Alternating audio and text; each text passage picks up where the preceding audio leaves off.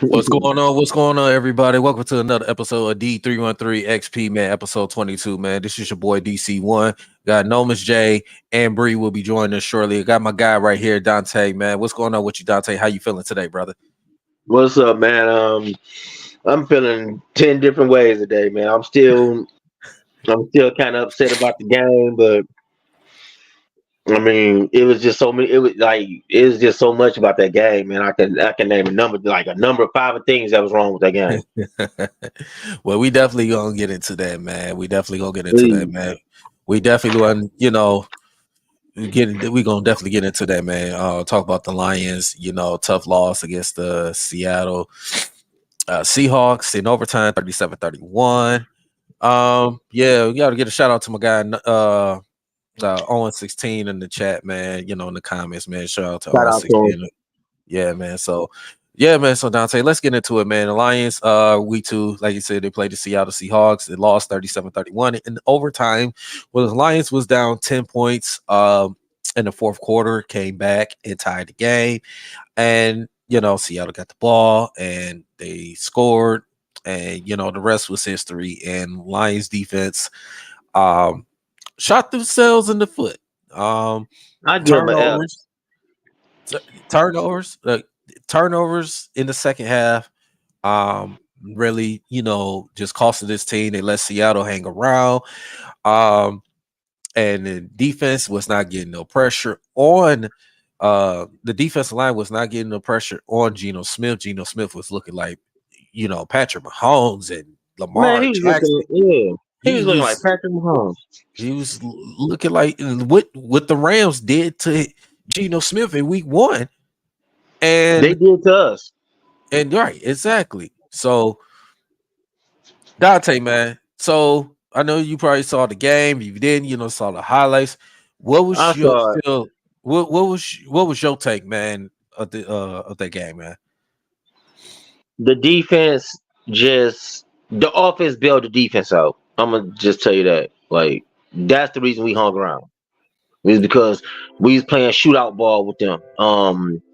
But the thing I'm really mad about, everybody gonna blame the game on Goff. Okay, yeah, Goff threw a pick. Okay, the pick was kind of fluky anyway. But he really, besides him not scrambling, he really held his own against these guys. But it was just our defense, man. They was leaving people open when you had Lockett open. You kind of made Metcalf quiet because he was never heard of after that one pass he caught. Other than that, man, Aiden Hutchinson had the double teams on him throughout the game, so he really couldn't do damage. My thing was with my problem was with Dan Campbell. And here's why. You asked an edge rusher and James Houston to play a position he's never played. You asked him to cover someone, to play coverage. That's not his job. That'd be like me telling you, I don't want you doing this today. I want you to go cook. You gonna be like, bruh, that ain't what I get paid for. And then we talk about this, DC. Then we talk about this in the preview. I believe we talked about this in the preview. Mm-hmm. About Dan Campbell has tendencies, or the Lions have tendencies to. We talked about how they did Kyle Van Noy, how they had him playing something he wasn't good at, and then look what happened with New England when he goes there. He gets 2 rings out of it. I couldn't find out we've been doing this for years, man. And then this is why I'm mad. Y'all lose on Barry Sanders. You know what I'm saying? Statue reveal. Y'all lose when Wayne Fonts is in the building. I bet you Wayne Fonts was sitting there watching that game. It was like, same old Lions. And this why the say this, man. And some of these Lions fans going around whoop-de-whoop-de crying, talking about, oh man, this is SOL, same old Lions. Listen, keep that same energy, somewhere else, okay? Because first of all, you wasn't saying that when we beat the Kansas City Chiefs. Right. Now all of a sudden we lost a close game. We came back and tied the game, which we could have had opportunities to win the game. We left points on the board. We left at least 14 on the board. And we still had opportunity to win that game, despite the turnovers we had in the second half. And these Lions fans, we lost. You want to say SOL? This is the same old Lions. This is the third. Listen, this is only week 2. If you want to sit up here, you want to be bandwagon, hopping on bandwagons 1 minute, you say, the Lions great, and then turn around, they lose. It's the same old Lions. Like, I'm gonna tell you. I want that consistency. I want the consistency. If you're gonna be on this Lions train, you're gonna be drinking this Kool-Aid. Stay on it. Don't sit there. I'm tired of some of these fans. I see it on here. That period on these social media talking about. This is the same old Lions. They're not gonna do this. Not gonna do that. No. Keep that same energy. I agree with you. Season's not over. It's only week 2. And now, if this was week 10. Or something, then you could be saying that if we was worse than this by week 10, then you could pretty much say that. But it's not over. I mean, I don't think with all the injuries we got to think of who all we got banged up. I don't know Taylor Decker's timetable for his pinky ring finger, whatever you want to call it. I don't know his timetable, but we did lose Matai. We lost CJ Gardner for the season. We pretty much lost James Houston. We pretty much lost James Houston for the season because now he has to undergo surgery. Yeah, and I'm gonna tell you something. I've broken an ankle, and it's not fun at all. It's not fun. Every day that it rains or it's too cold, James Houston's gonna feel it. So, I mean, them 2 key losses. I don't know I don't know Emmanuel Mosley's situation. Emmanuel Mosley will be back pretty soon. They're not rushing him. I know he's believe when I looked at it today. I think he had limited practice, if I'm not mistaken. So I know he's supposed to be coming back soon. So they're not rushing him back. So that's good. Thank God. Losing Vitae was big. This was my thing to you. This is my question to you, DC. Because I watched that game. Why in the hell wasn't Jack Campbell out there? That's and I'm glad you brought that up. No, I said the same. And I said I talked to Normans earlier about it. I said Jack Campbell should have been out there a little bit more. My thing is though, he was a first round pick for a reason. Right. He was a first round pick. You took him in the first round. Why you ain't play him enough? I didn't see he was in the injury report. Did he get hurt? What was going on? Why he didn't play behind the scenes shit we don't know about. Is that look? I'm gonna tell you like this. Because that goes back to that James Houston situation. That'd be like asking Jared Goff to play wide receiver. That man ain't caught no pass. He's too busy throwing them. So I blame Dan Campbell on that. You can't take somebody out their element. Or out there, I ain't gonna say element. Take them out their lane and make them do something. They don't know the first thing what they doing.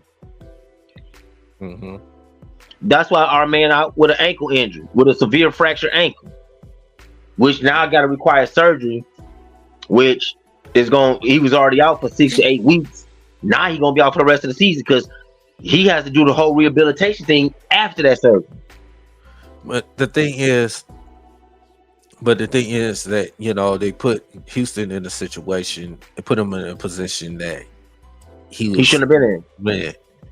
And that cost it. And it cost him. Now he's out.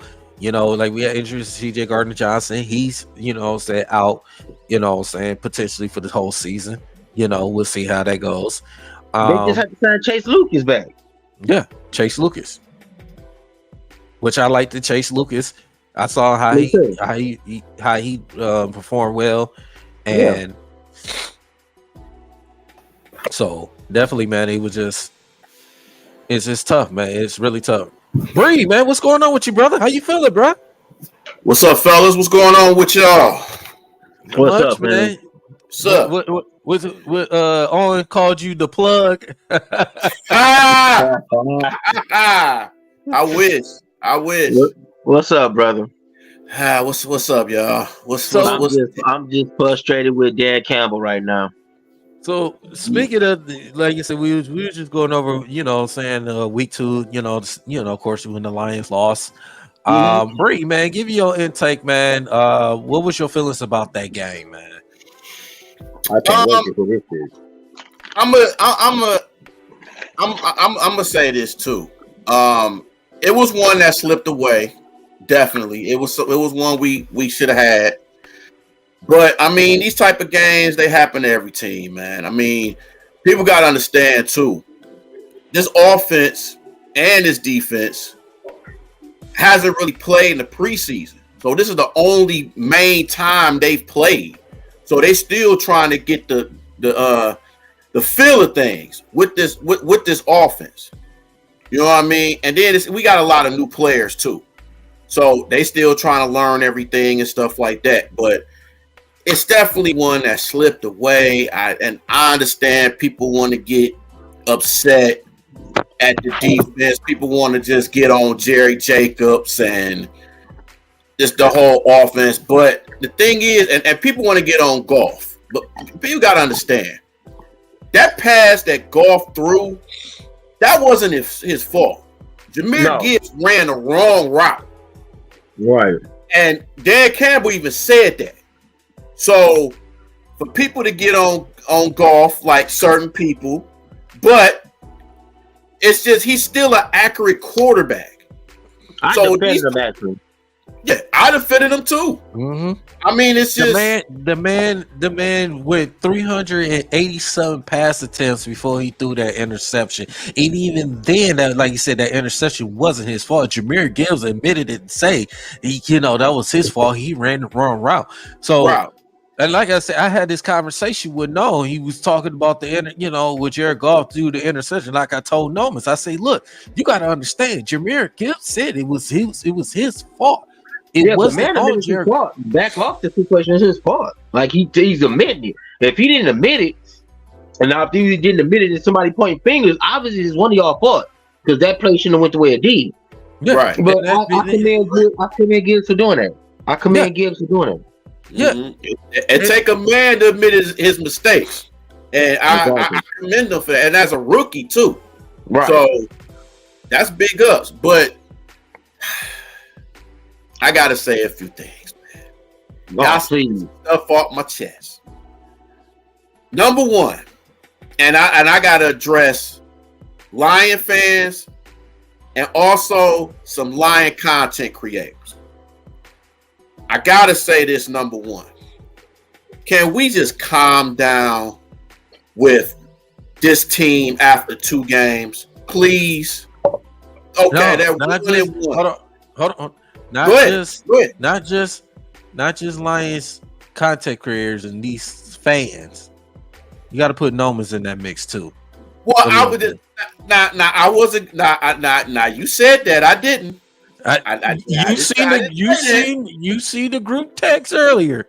I know you seen it. I wasn't gonna bring that up. I had to have a conversation. I had to have a conversation with him. Earlier. That's all I'm saying. It's just after 2 games, you got fans already saying, "Oh, it's over. This team is done." After 2 damn games. And it's just like, see, these typical Lion fans, man. It's just no, Bree. It's not typical. It's these bandwagon fairy tale so-called Lions. I'm gonna tell y'all why they do it. I'm not to cut you off. I'm gonna tell you why these fans do it. Oh, no, I'm gonna tell you. They not looking at the loss. They looking at what we lost during the loss. They looking at all the players that were missing before the game. And an additional add-on. Now they looking at, CJ Gardner out here like, yeah, get these masks on. We the villains. They looking at that, right? Right? They looking at that, right? These bastards thinking, we done ran our stupid ass out here. Mind you, by the way, I delivered half the masks when that shit before that game happened. By the way, just to let you know. They looking at that shit. They looking at him coming out talking about we the villains, and they looking at Aaron Glenn talking about this is a revenge game for us. They looking at all this shit, and then they said, look what happened. We lost James Houston, one of our best edge rushers beside Aiden Hutchinson. They looking at that. He gone now because Dan Campbell retarded ass asked him to do something he has never done. Then they looking with damn CJ Gardner gone. Damn. Now these two men right here we talking about are gone for the season. They putting all this in perspective. You said it best. I don't want Will Harris out there on the field. Shit, you're gonna see him now. And then you already know that's why you laughing. You already know what's gonna happen when this bastard get on the field. Everybody, man, they gonna be giving big chunks. It's gonna be like 15 yards, 30 yards for a first down. Because he gonna be out there looking lost. That's why fans is looking at that. They telling y'all. And I'm glad you brought up CJ too. Because for people it's like, oh man, we lost CJ. But people gotta understand, we got a Pro Bowler safety in Tracy Walker. Exactly. Like, people seem to forget about how good this guy is. And then you still got French. So it's like, and Kirby Joseph. And you still got, and now you got Chase Young back. I mean, not Chase Young, my bad, not Chase Young. Chase Lucas. You got him. Emmanuel Mosley when he gets in soon. No. Cam Sutton didn't play too bad. No, he didn't. Not too bad, but you know. But you gotta think. But Bree, you gotta think about it. These fans is looking at CJ Gardner told us to do all this shit. We go out here and do what he asked us to do, and now look at us. We just caught this bad, and the defense played shitty. Bro, they get an F in my book. They played shitty because it was why did y'all have Jack Campbell missing? Why wasn't Jack Campbell out there or damn near throughout the game? They looking at we lost Vitae. We lost Gardner. We lost damn Houston. And Gardner and Houston are gone for the season. Not coming back. And watch this. And you know what kills it about Gardner? He's only on a 1 year. Yeah. So we can pay for this guy. Now he's not going to play. That's what they looking at. That's why they snapping it going off the rate. They looking like, well, damn, we don't know when Mosley coming back or coming in. We don't know when we don't know who gonna cover the edge rush now that we just lost James Houston. Who gonna cover his side? They looking at all this shit, and that's why they saying what they're saying. Now we know they bandwagons. We know as soon as the Lions start winning some shit, they gonna be like, oh, yep, I'm about to jump back in this motherfucker. I'm good. Let me say this before I'm gonna let No get in on this, and I want to address this. The people that is watching this show, whether if you watch it today, tomorrow, whatever it is, whatever day is, you just didn't watch this show. Let me tell you something, Lions fans, or so-called wannabe Lions fans, bandwagons. I don't want to hear any more SOL when we lose one game. We lost a game that we could have won that game. We wasn't saying that when we won week 1. When we beat the Super Bowl to finish. I don't care if they had their 2 best players or they didn't. We won that game. You was not doing that when we beat them. All of a sudden, we lose to Seattle, which they had our number over the past time. And all of a sudden, we lose. Oh, it's over. It's this, it's that. Oh shit! No, started early. Listen, I'm telling you this now. These so-called fans, shut the fuck up. I'm dead serious. Shut the fuck up. Don't watch football if you don't know what the fuck you talking about. because I'm sick and tired of hearing the same BS. Oh man, It's only week 2. We 1-1. I'm tired of it. We got Atlanta. We got a tough game against Atlanta. Atlanta is 2-0. My bad, Bree. I'm just sick and tired. Just bunch of these stupid comments and tweets and the social. I'm tired of it. I gotta add something too. And I've been so dying to say this, and I'm sorry to cut you off, but I got to say this. And I hear Lion fans say this a lot, and I'm getting tired of it. And excuse my French, I'm getting fucking tired of it. We gotta stop talking about who the fuck we could have drafted. We gotta stop doing that. We gotta just worry about who we draft. We can't talk about, oh, we should have had this person. We don't know how this person would have been in this scheme. We don't know. Especially with the Lions, they ask you to do shit you ain't got no business doing. You know what I'm saying? Out there Jacksonville can say the same thing about, man, we should have drafted Aiden Hutchinson instead of Trayvon Walker. But who knows how he would have turned out over there, right? Exactly. But I had to say that because I hear that so much. Well, we could have got this guy. We could have got somebody like a Micah Parsons, or we could have got a Christian Watson, or we could have gotten CD Lamb. That nigga. Now what the fuck? I didn't say that. You said that. No, you had to change that shit, Chris. but you absolutely right. No, you're right. It's like you got to get this. We wasn't saying, people were saying the same stuff with Aiden Hutchinson last year. Some people were saying it.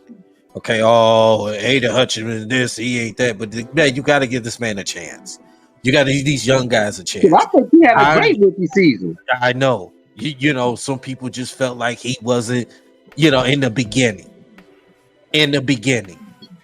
Bro. I'm laughing at Nomis because I know he died to say something. I'm sorry. Because the fact is the fact is, and the fact is that we're jumping to conclusions. We're jumping the gun. We gotta let this whole season play out. As simple as that. We gotta let the season play out. Because I am telling you, and this is directly not only just these Lions, it's directly to Nomis. And I'm saying it's directly to Nomis. I didn't say that. It is directly to Nomis as well. And Nomis know what I'm talking about. Lions, calm down. It's only 2 games. We got week 3. Okay? And D, I gotta say this too. This whole fire Aaron Glenn, stop. Thank you. Please stop. Please stop. Oh, we gotta fire Aaron Glenn. Aaron Glenn is not the problem. No. I'm telling you. Aaron Glenn is not the problem. Would talk to Dan Campbell retarded ass because he out here trying to have motherfuckers do shit they ain't got no business doing, bro. And I'm gonna say this. But he only can coach who he got though. But come on, New Breed. But I'm gonna defend James Houston on that shit. You gonna tell a fucking edge rusher to go be a fucking coverage? He don't know how to do that shit. Now I'm with you on putting more. I didn't understand why they didn't put Houston in there, but you putting Charles Harris in there. They put Houston in there, but they asking Houston to be they asking him to be a linebacker. He can't cover them motherfuckers. No. You got him trying to cover wide receivers, bro. He can't do that. That ain't his job. He can't do that. That'll be like, say this. I'm gonna give y'all a perfect scenario. I'm a wide receiver, right? Y'all want to put me a fucking corner because I got quick feet? Fuck out of here. I gotta tackle this dude. I gotta try to defend this dude. I'm used to catching balls. I'm not used to motherfucker trying to tackle me. I'm used to motherfucker trying to tackle me. I'm not used to tackling the motherfucker. How I'm gonna do that?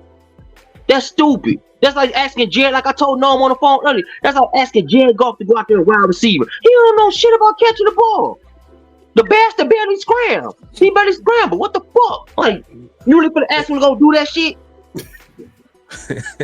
Then when he get hurt, oops, oh damn, oops, yeah, oops.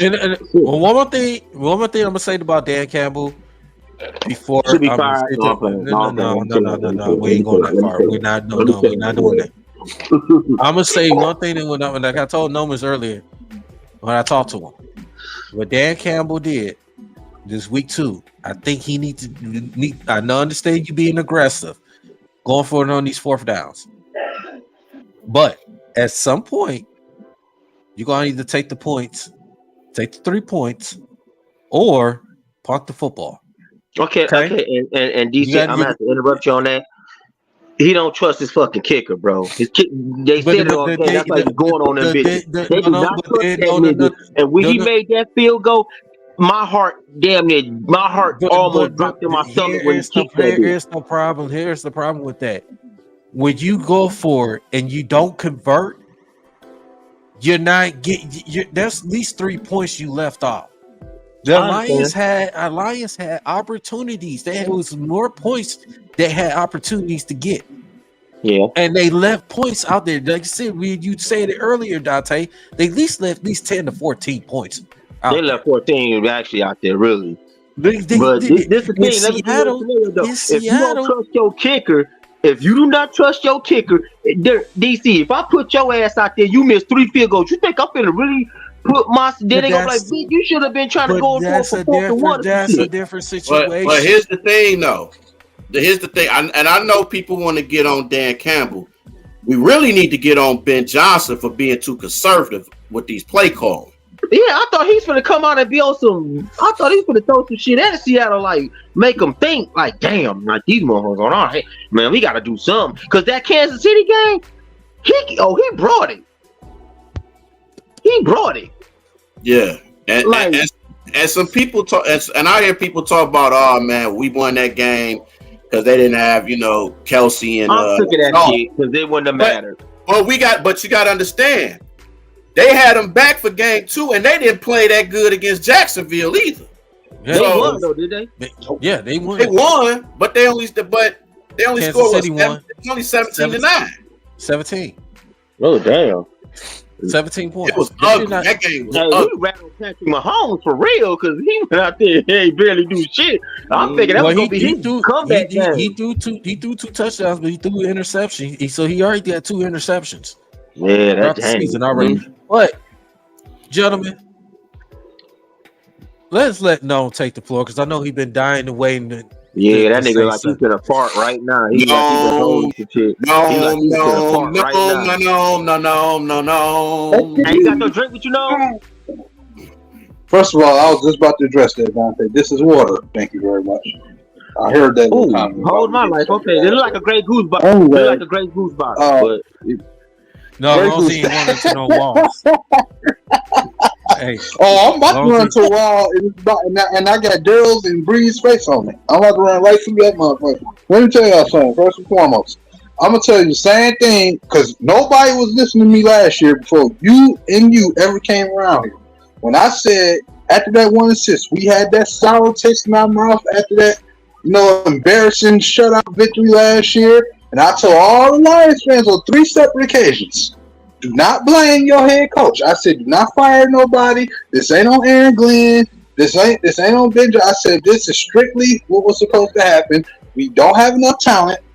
And I said, on defense specifically, they overexert themselves. Give your coach a chance to freaking figure it out. And guess what? I'm going to say it again. Like I said the other night when I made my small mini rant. When I said the season ain't over. I still see 10 to 11 wins. I still see a chance to win the division. But I'm going to call out the facts. I ain't hanging on to other players we could have drafted. The players, forget the names of the players. My point that I've been making is that the Lions need to make defense a priority.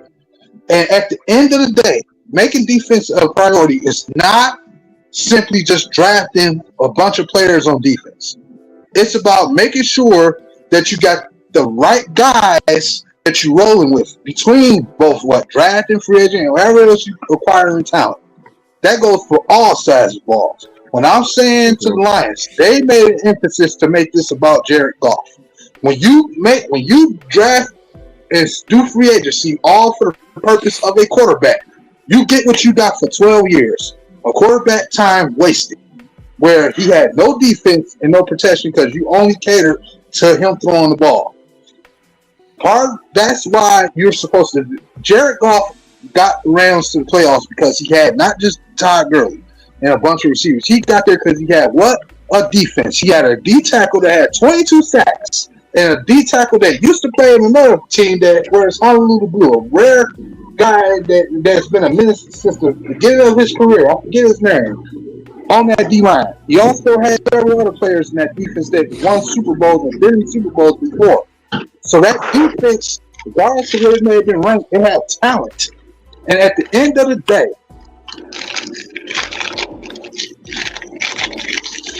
you muted, no. You muted. Mom, muted. Hey, Gnome, you're muted. Turn it up a notch. You muted. Hey man, can that nigga quit beefing with fucking StreamYard, bro? They finna suspend this nigga. You can't hear you, bro. You muted. Even StreamYard don't believe you either. Ah, damn. Mm-hmm. Damn. Hey man, I'm just listening to some of the foolishness he talking. But okay. Y'all could be beefing online, bro. Y'all co-hosts and shit. What the hell going on? I know, but it's all in fun though, man. No, they're gonna be up there like Skip Bayless and them.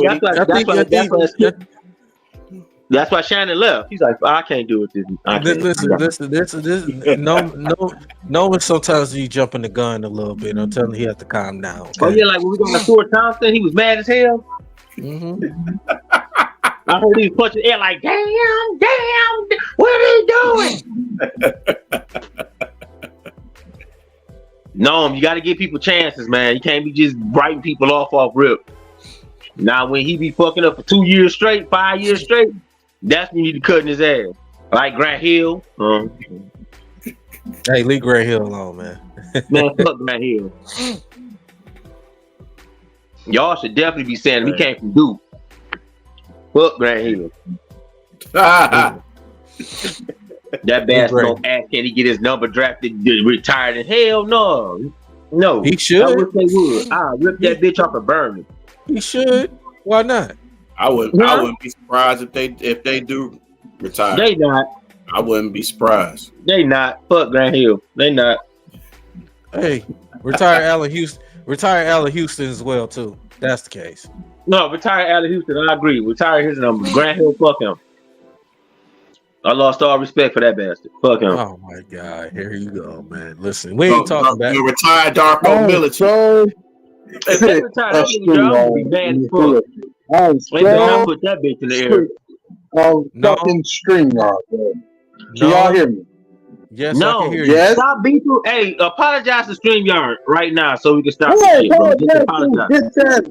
Fuck this butt. Oh, damn. And you got to you, bro, you talking about fuck the ducky watching? He could one bad game. One bad game. You exile him off the damn court. Like, stop. I'm done. He gonna mute your ass again. Watch. And I'm not talking crazy. I'm just simply saying, make defense a proper priority. You haven't had a defense since 2014, and that even wasn't even a complete defense. We should be doing better right now. Okay? That's all I'm saying. I'm not saying fire Brad Holmes. I'm not saying this. I'm just saying this regime has to do a little bit better. You cannot draft players like Derek Burns, who is talented as all can be, and try to force him to be something he's not. Let him play to his strengths. That's all I'm saying. He's a run-stopping linebacker that has pass rush moves, uniform pass rush. Use him to that strength. Use him to that strength. That's all I'm saying. I should not be seeing my second-round picks doing more than my first-round picks right now. Am I crazy for that? No. I can't help that this is what I'm saying. Yes. I can't help that y'all want to be the nice Lions fans, but when I call it that, I'm being unfair. I'm not being unfair. I understand. No, I understand where you're coming from, but you got to understand. Do me a favor. It's Calm down. It's only like I'm fucking crazy. I'm just simply calling out facts. You can't help that people get emotionally triggered. I'm not saying the season's over. We can win next week. I'm just calling out facts. No. Hey, do me a favor. RELAX. Relax. Woosah. I'm trying, y'all. No, scare me, dog. Listen, it's only been 2 weeks. It's only been 2 weeks now. Don't scare me, dog. It's only been 2 games. Okay. Listen, Houston should not be running with tight end. We should not have such assignments. Why are we sitting out here giving more opportunities to Paul Harris, who's not performing? Because every time Houston is out there with 8, he's stuck to get it done. But when I'm on that part right there, too. Why the fuck are we giving him? Like, use your best players, I think. Put your best players on the field, Dan Campbell. Put your first round pick at 18 overall on the field with Derek Burns, Dan Campbell. Have more plays called up for your rookie running back, Dan Campbell. Ben Johnson called a suspect game, but guess who is low key? It's his off. It's Campbell's off. He's the one that comes out and says, "I want to build rhythm with the passing game." The run game is still the strongest element on the Lions' arsenal, but he wants to make Jared Goff do this consistent passing. It's not against Goff. It's why do that. When we were running the ball with David Montgomery before, he fucked up in the momentum with the fumble. It was beautiful. It was like, bro, you saw the flea flicker, accuracy with Jared. I'm like, go ahead. And he took that fumble, took all the wind out of it. You put your quarterback in a bad situation when you didn't go back to it enough. Yeah, they had the drive where he scored the touchdown. I know David Montgomery came out and ran, and then he ended up getting hurt.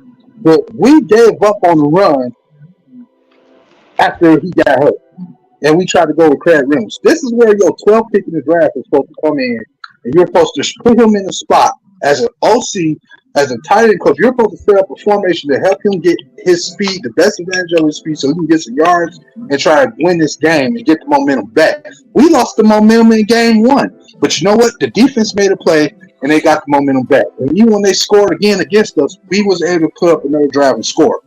I'm not saying the Lions suck from here on out. I didn't say that this regime sucks. I just called out what happened in the game. And I hate that we got going against backups and we can't get no pressure. I'm not asking for 2014 level of pressure. I'm just asking for a little bit, at least what we somewhat saw game 1. And then the players we drafted, play one game, they missing 2. And play another game, they missing 2. Why can't we get guys that can stay on the field? That's all I'm saying. It's not panicking. It's the common questions and common concerns any fan should have about their team if they care that much. Not just sitting here, oh, it's all great. It's me too. Who cares? Okay, let them lose 3-4 more games. You know what's going to happen. And then we'll be sitting here all together trying to fuel the fire down, trying to help the coaches say, give them time for instead of the fan base rooting for them to get fired like I did by myself last year, maybe with a help of a couple of guys. And then everybody, as soon as they started winning, everybody forgot they wanted to fire everybody. So when I talk empowering about them, it's okay. But when I have my critical times mentioned, I'm a bad guy. I'm not hating this team. I didn't say this team was trash. I just said they still need a lot of work because we were told fix the secondary, the defense would improve. No, I told people put talent all through the defense. We're not saying that it's trash. We're kind of talking about just the Lions, like the typical bandwagon Lion fans that's thinking that. We're not particularly saying that with you. We talking about with Lion fans, bandwagon fans in general. You know what I mean? It's another thing with that too. You got to think about it. How many times have we seen this movie with the Lions? How many? I'm talking about going from the draft, going to the OTAs, going to the training, going to the OTAs, what do you call it? Going through the training, going through the preseason. By week 2, half our damn roster gone. Yep. How many times have we seen that movie, DC? How many times? We seen we now we just see it just with the scene. We see a lot in the NFL. We just see it now in the NFL because you simple fact we see star players like Aaron Rodgers. You see Nick Chubb and other guys they out for the year. Okay, yeah, about the Nick Chubb. Oh God, no, please no. We see that. We see that for all these different teams in the NFL. That shit gave me a stomach ache. That shit gave me a stomach ache. We see that with a lot of teams in the NFL. It's not just the Detroit Lions. This is about everybody else in the NFL. No, but just not like DC. Just exclude the other teams. We talking about our team. I understand that. How many times have we seen this movie? How many times have we seen this movie with our team? We see it a lot. We see Every a lot year. of this. We see a lot of this. But the thing is, like I said, no, man, you made a lot of valid points on what you were saying. All I'm saying is it's only week 2, so only it's been 2 weeks. You know what I'm saying? We got a long season ahead. Let's give it more time. Let's see what's happening. Now, if it's the same issue going forward these next few games, then it's still going to be a problem that still hasn't been addressed. It's only been 2 weeks. Let's see how this goes. I said that. Why do people keep repeating that in the chat? I said that already. I didn't say the season was over. I said it's only week 2. I'm just giving people assessments of the game. But no, we're not talking about just you. We talk about these fans and these other content creators that's talking about because of these injuries and stuff that's going on, is the season is over because we lost CJ and we lost. Montgomery got hurt. And all of these. Care about that because we lost. We still got Walker, and we still got freaking Kirby. Now this is a solution. I want to give a solution to what I think the Lions need to do. I want to cut you off. But I got to give a solution. The thing about it is, I don't feel like I said, I don't feel like we have enough talent to run our system properly. It's at least so far week 2, in the first 2 weeks we saw. What I think they need to do is say bump it, have 4 down linemen versus 3 down linemen, and then turn the outside backer into a down, and have 3 linebackers on the field with your Sam being a pass rusher and go that way with it. Because at this point, rushing 5, you are struggling to create pressure, right? You need to find a way to make an adjustment to what you have available, especially after the injuries. They need to come up with a way now that they got these guys hurt. You see they're hearing about they possibly looking for targets they making trade for because they know they're in some trouble right now. I think Julian is out with injury. I think Romeo, I don't know what's going on there. I think he was in the game the other day. And then Charles Harris is whatever. You're going to have to... What about Sam Laporte? What maybe you have to activate... No, Sam Laporte is healthy. I don't care what tight end. Okay. I think that they may have to go ahead and see Broderick is ready because God forbid, like I said to you earlier, Bill, this dude come in and play, and then he's the Jalen Duran of this year. I'm just saying. Well, no, I know what you're saying, man. Everybody they need to a lot of. They got to make an adjustment. Not over. Like not 6, 7 games. Not 6, 7 games in the season, and we still going off this shit. It's time to be like what the fuck. And that's what I'm saying. That's all I'm saying. That's what I'm saying. That it's only week 2. We got Atlanta coming up. It's another team. They got a good offensive line. They like to run the football. Okay, they about to go retarded. They like to run the football. Okay, so you got to have some beef up front to deal with that bruiser, man. You cannot. They got bruising backs even behind. So you don't need to be ready with that D line, man. You can't just do it in the middle. You can't lie, though. All the Seattle fucking linemen look like they was on steroids, dog. Them motherfuckers don't look human. They do not look human. Them motherfuckers look like they was created. Fuck that. They look like they was created, bro. Like you just pumping them motherfuckers full of steroids. Just we gonna get them up today. I want to give a shout out. We want to give a shout out to everybody that's in the chat, man. Of course, on 16. Shout out to y'all, man. Melvin Drew, the realtor, putting on the chat. Micro Mike. He was in the chat as well. Go Lions, man. We'd like to thank everybody that came through this on the chat, man. Very appreciate y'all for the love and support. The link is in the chat as well. If you want to join in as well, to you more feel free, man. So to join in as well to talk some more Lions football talk, man. Definitely, man.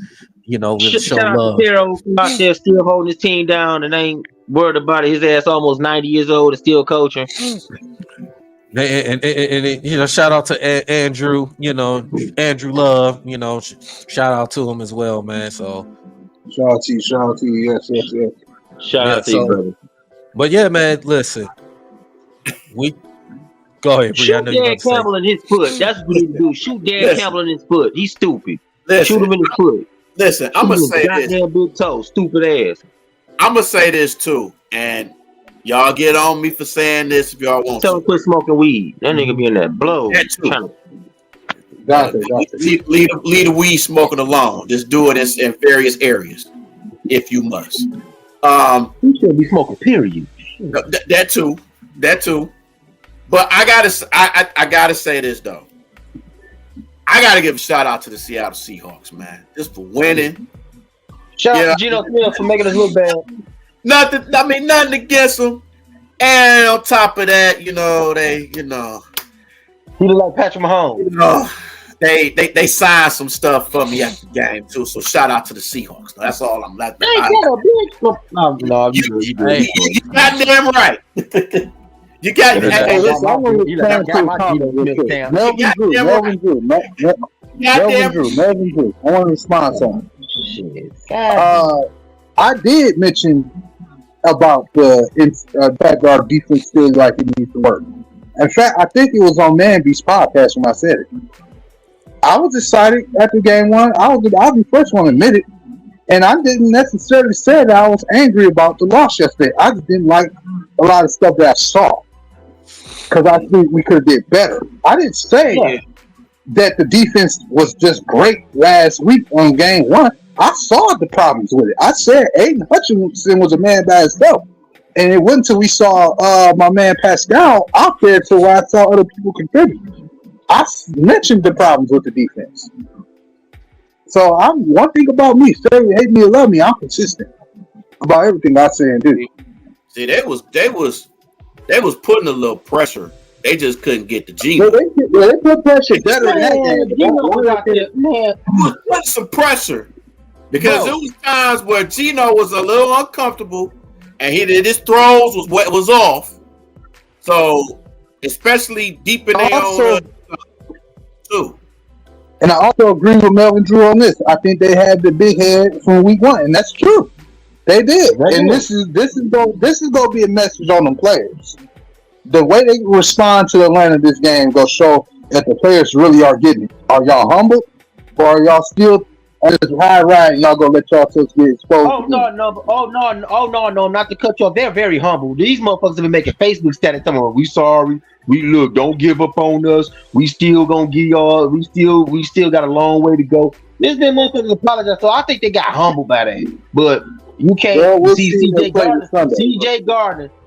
Gardner fucked us up when he put that target on our back.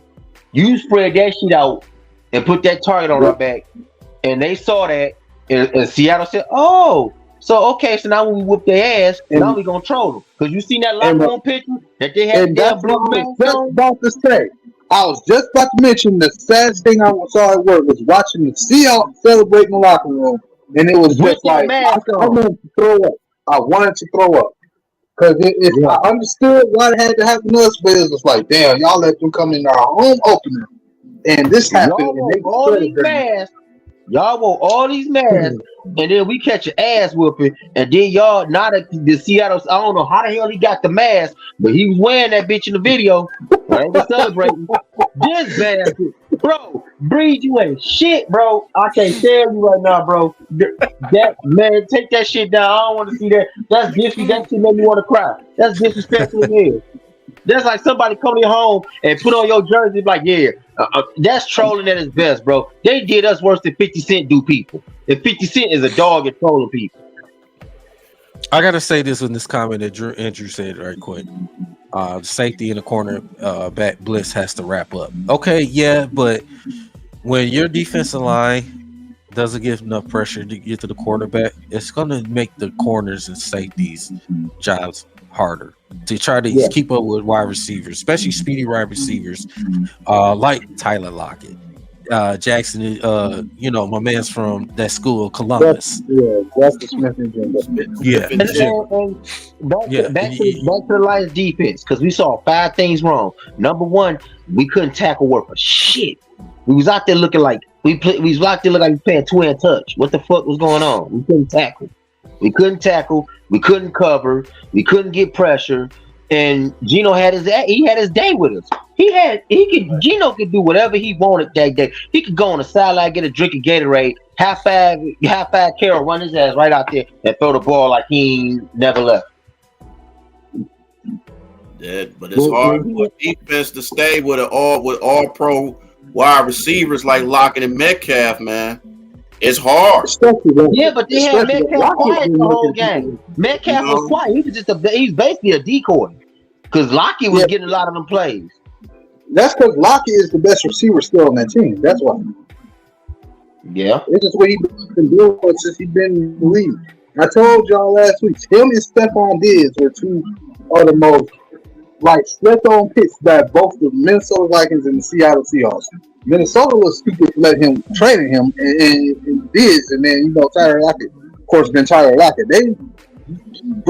I'm jealous of the talent that both them players have because they both do the same type of shit. Yeah. All right, let's get into it. Please put Broderick Martin in there. Please. Don't draft him and don't put him in there. See what he can do. Yep. Please, and don't put Will Harris on the field. Don't. Yeah, okay. You said it, not me. Don't give me. Because if y'all put that bastard on the field, then I'm gonna panic. Goddamn it! And y'all can say don't panic. No, I'm gonna panic if that fuck on the field. I'm panicking because he can't guard shit. He can't guard my 8-year-old daughter, nigga. I know he can't guard shit. He can't guard shit. Don't get me started on Will I Am. Please. Will I Am. He needs to be Will I Am off the team. He needs to be Will I Am off the team in this motherfucker. No, he gave up a touchdown. He was willing. Listen, like he was willing to fucking guard Stephon Diggs. Dante, why did you even bring his name up, man? That bastard be on the fucking field, and I want to know why. Hey, man, you know what? Because if you go on field, you know they're gonna put his ass on that tight end they got too. He gonna get his ass smoked like a black man too. He gonna get baptized, bro. Man, fuck out of here. He gonna get baptized, bro. What you mean, man? He garbage. That motherfucker be literally on the play. He be looking like this. Wait, where my man go? And my man already done ran up the damn yard, man. Fuck, that shit crazy, bro. No, don't put Will Harris on the field at all. All right, gentlemen. So can we move on to the next topic, please? Lions Falcons preview. Well, I think we had enough about. Okay, I'm gonna just tell you, fight Lions. That's it. That's my only fight. Just fight. All right. So this preview of the Lions and Falcons. So the Lions said they practiced today. You see some of our key players. Is he the players without? No practice. The ones that's hurt. This one, Josh Reynolds, I was kind of a little bit surprised. But even though he played well, I need to see this guy a little bit more. I need to see Anton Green a little bit more. I need to see him a little bit more. Is all these players hurt?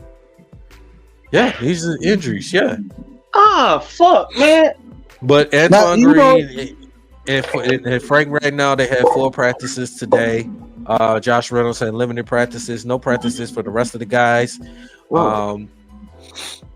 Which Antoine Green, he's in a concussion protocol. So, man. Well, go fight. That's all I can say, man.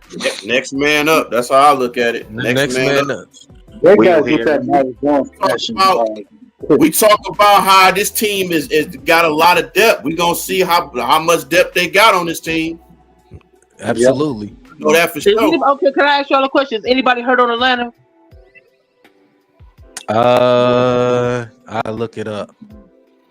God damn, man, it's every year. It be like 10 niggas almost out. Like, Josh Reynolds will play this Sunday. Don't even worry about it. He just they to me he probably could have played full practice, but they kept him limited to give him rest. Man, who you talking about?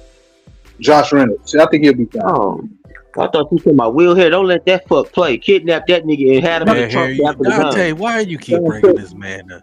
Because this fuck always on the field, man. That should be pissing me off. I'm like, why the fuck he suck so bad? But y'all keep putting him on the field. If I suck ass and I'm out here just sucking ass, I don't want to be on the field. Don't put me on that motherfucker. I'm embarrassing y'all and shit. That ain't gonna make no better. Embarrassing y'all out this motherfucker. Okay, Dante. I'm gonna have to get a leash with Dante, man. Put a little electric man. All right, so fellas, let's go ahead and continue talking about this preview for this Atlanta Falcons Lions 1 o'clock start. I'm gonna start with Nomis. Okay. What are you looking for in this upcoming game this week, man, against the Falcons? I'm looking for the involvement of our younger players, specifically our rookies. I think, it's time to go ahead now more than ever because of the injury. We did, by the way, bring up Sullivan Bam Night. If y'all ain't ever had a chance to watch that video, that hype video I made for Weapon, make sure y'all go check that video out. Welcome to Detroit's Bam Night. But, I think that he's going to bring the power element to it. Obviously, you've got Craig Williams, but let's be real. We want to see Jahmyr Gibbs. I mean, he's the 12th pick and draft. That's the main one we want to see. Obviously, we want to see Jack Campbell. And actually, now, this is where one of the good things also come from last game. Sam Laporta, especially in that final drive, when watching him break all those tackles, I want to see more of Sam Laporta this week. Because I think you're going to need him going on Atlanta's defense. I think they do got some injuries in that area. So I think Sam Laporta should get just down with the injuries at the wide receiver. I expect a real big game from him this coming week, actually. He's one of my marquee guys. Hopefully, we get one of our young DTs activated too. So it's really just the young guys I want to see, and I want to see whatever adjustments they make because we got to stop the run. That's when you take away the run, you got a chance.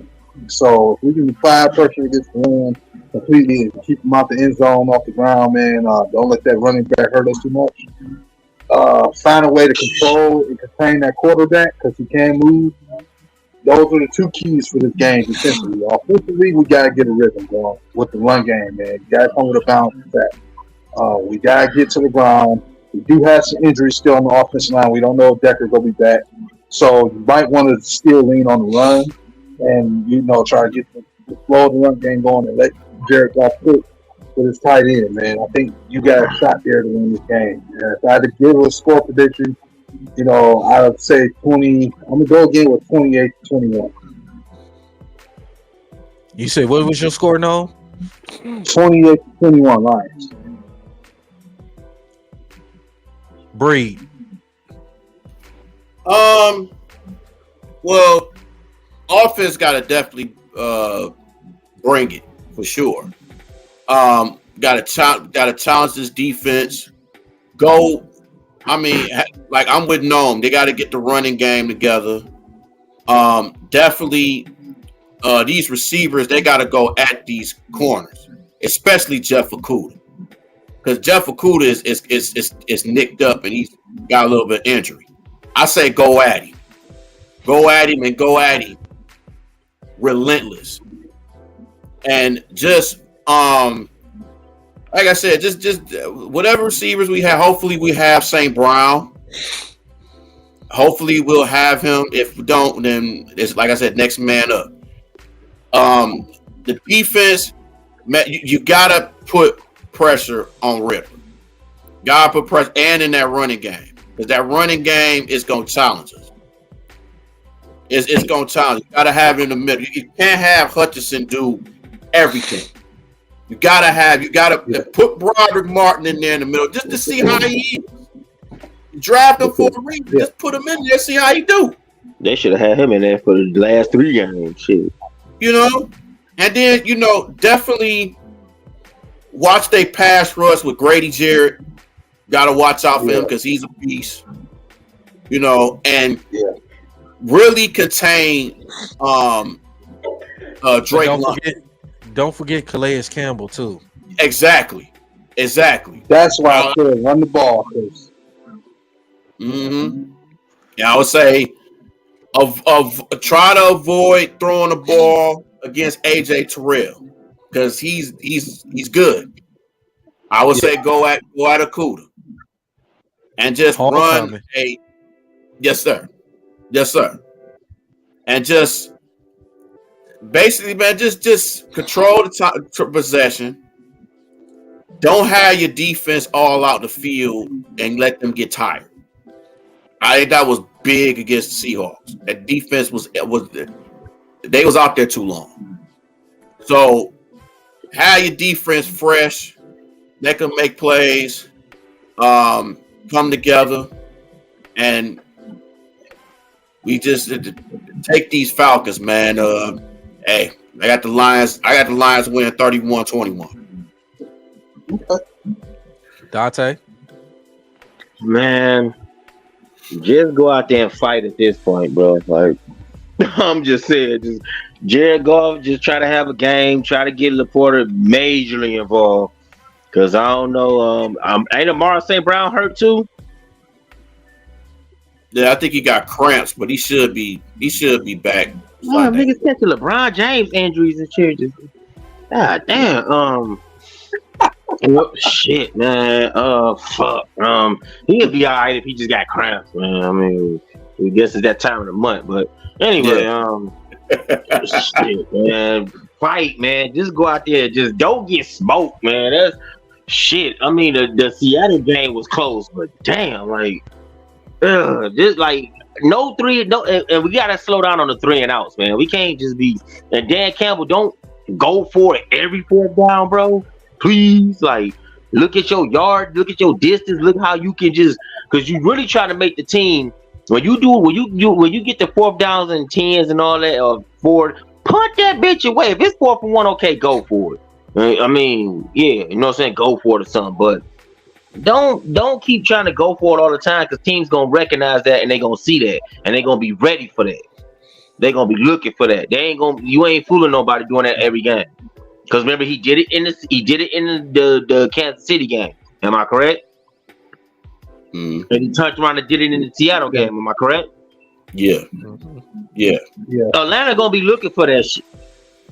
They gonna be ready. They gonna be standing there 10 toes down, ready for you to do some slick stuff, and that stuff gonna get blown up. So I know he don't trust his kicker.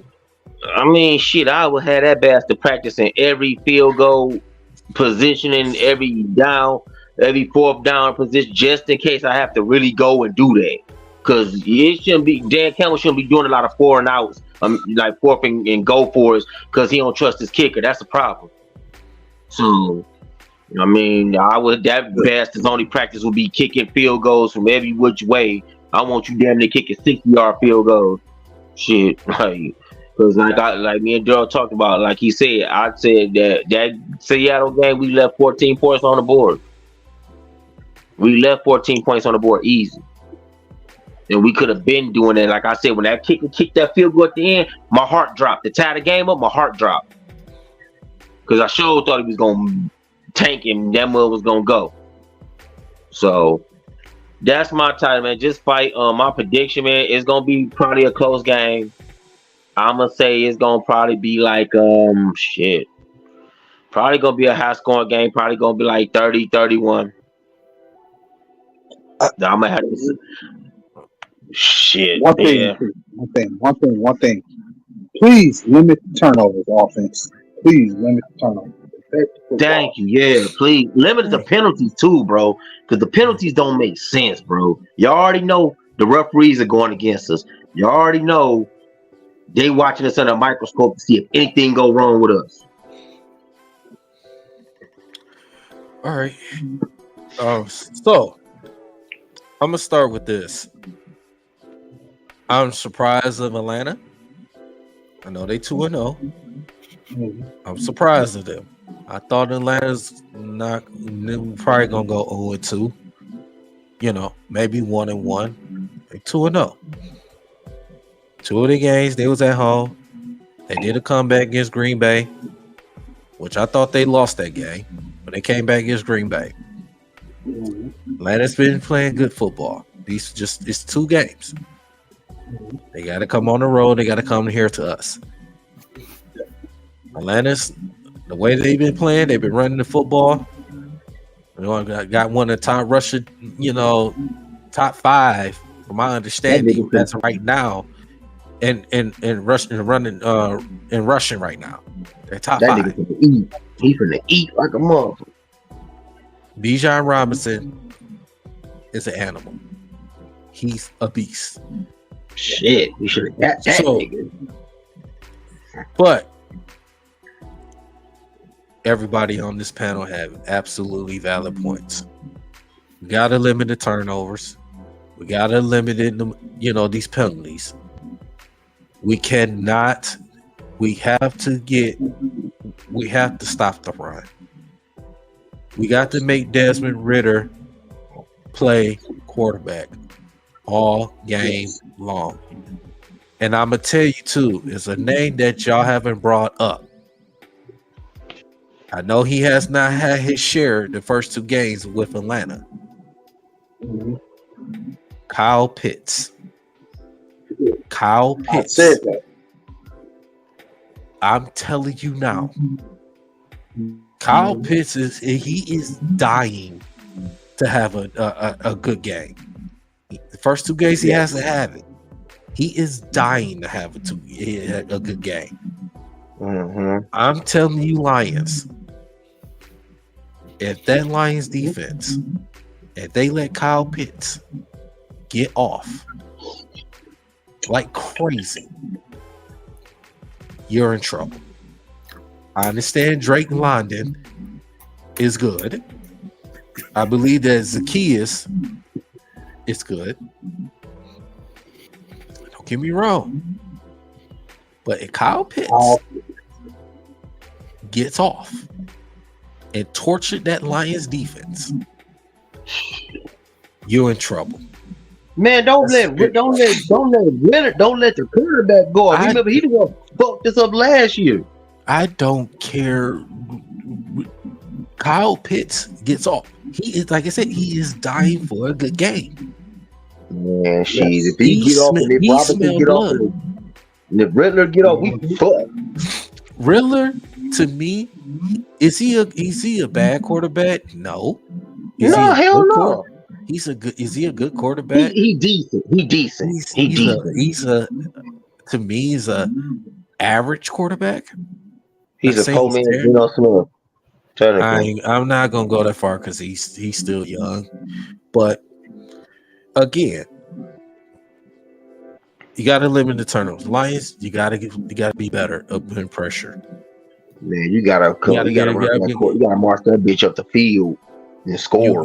I'm not even worried. I'm not even thinking about the offense. I'm talking about just defense. Defense gotta stop. I'm talking defense right now.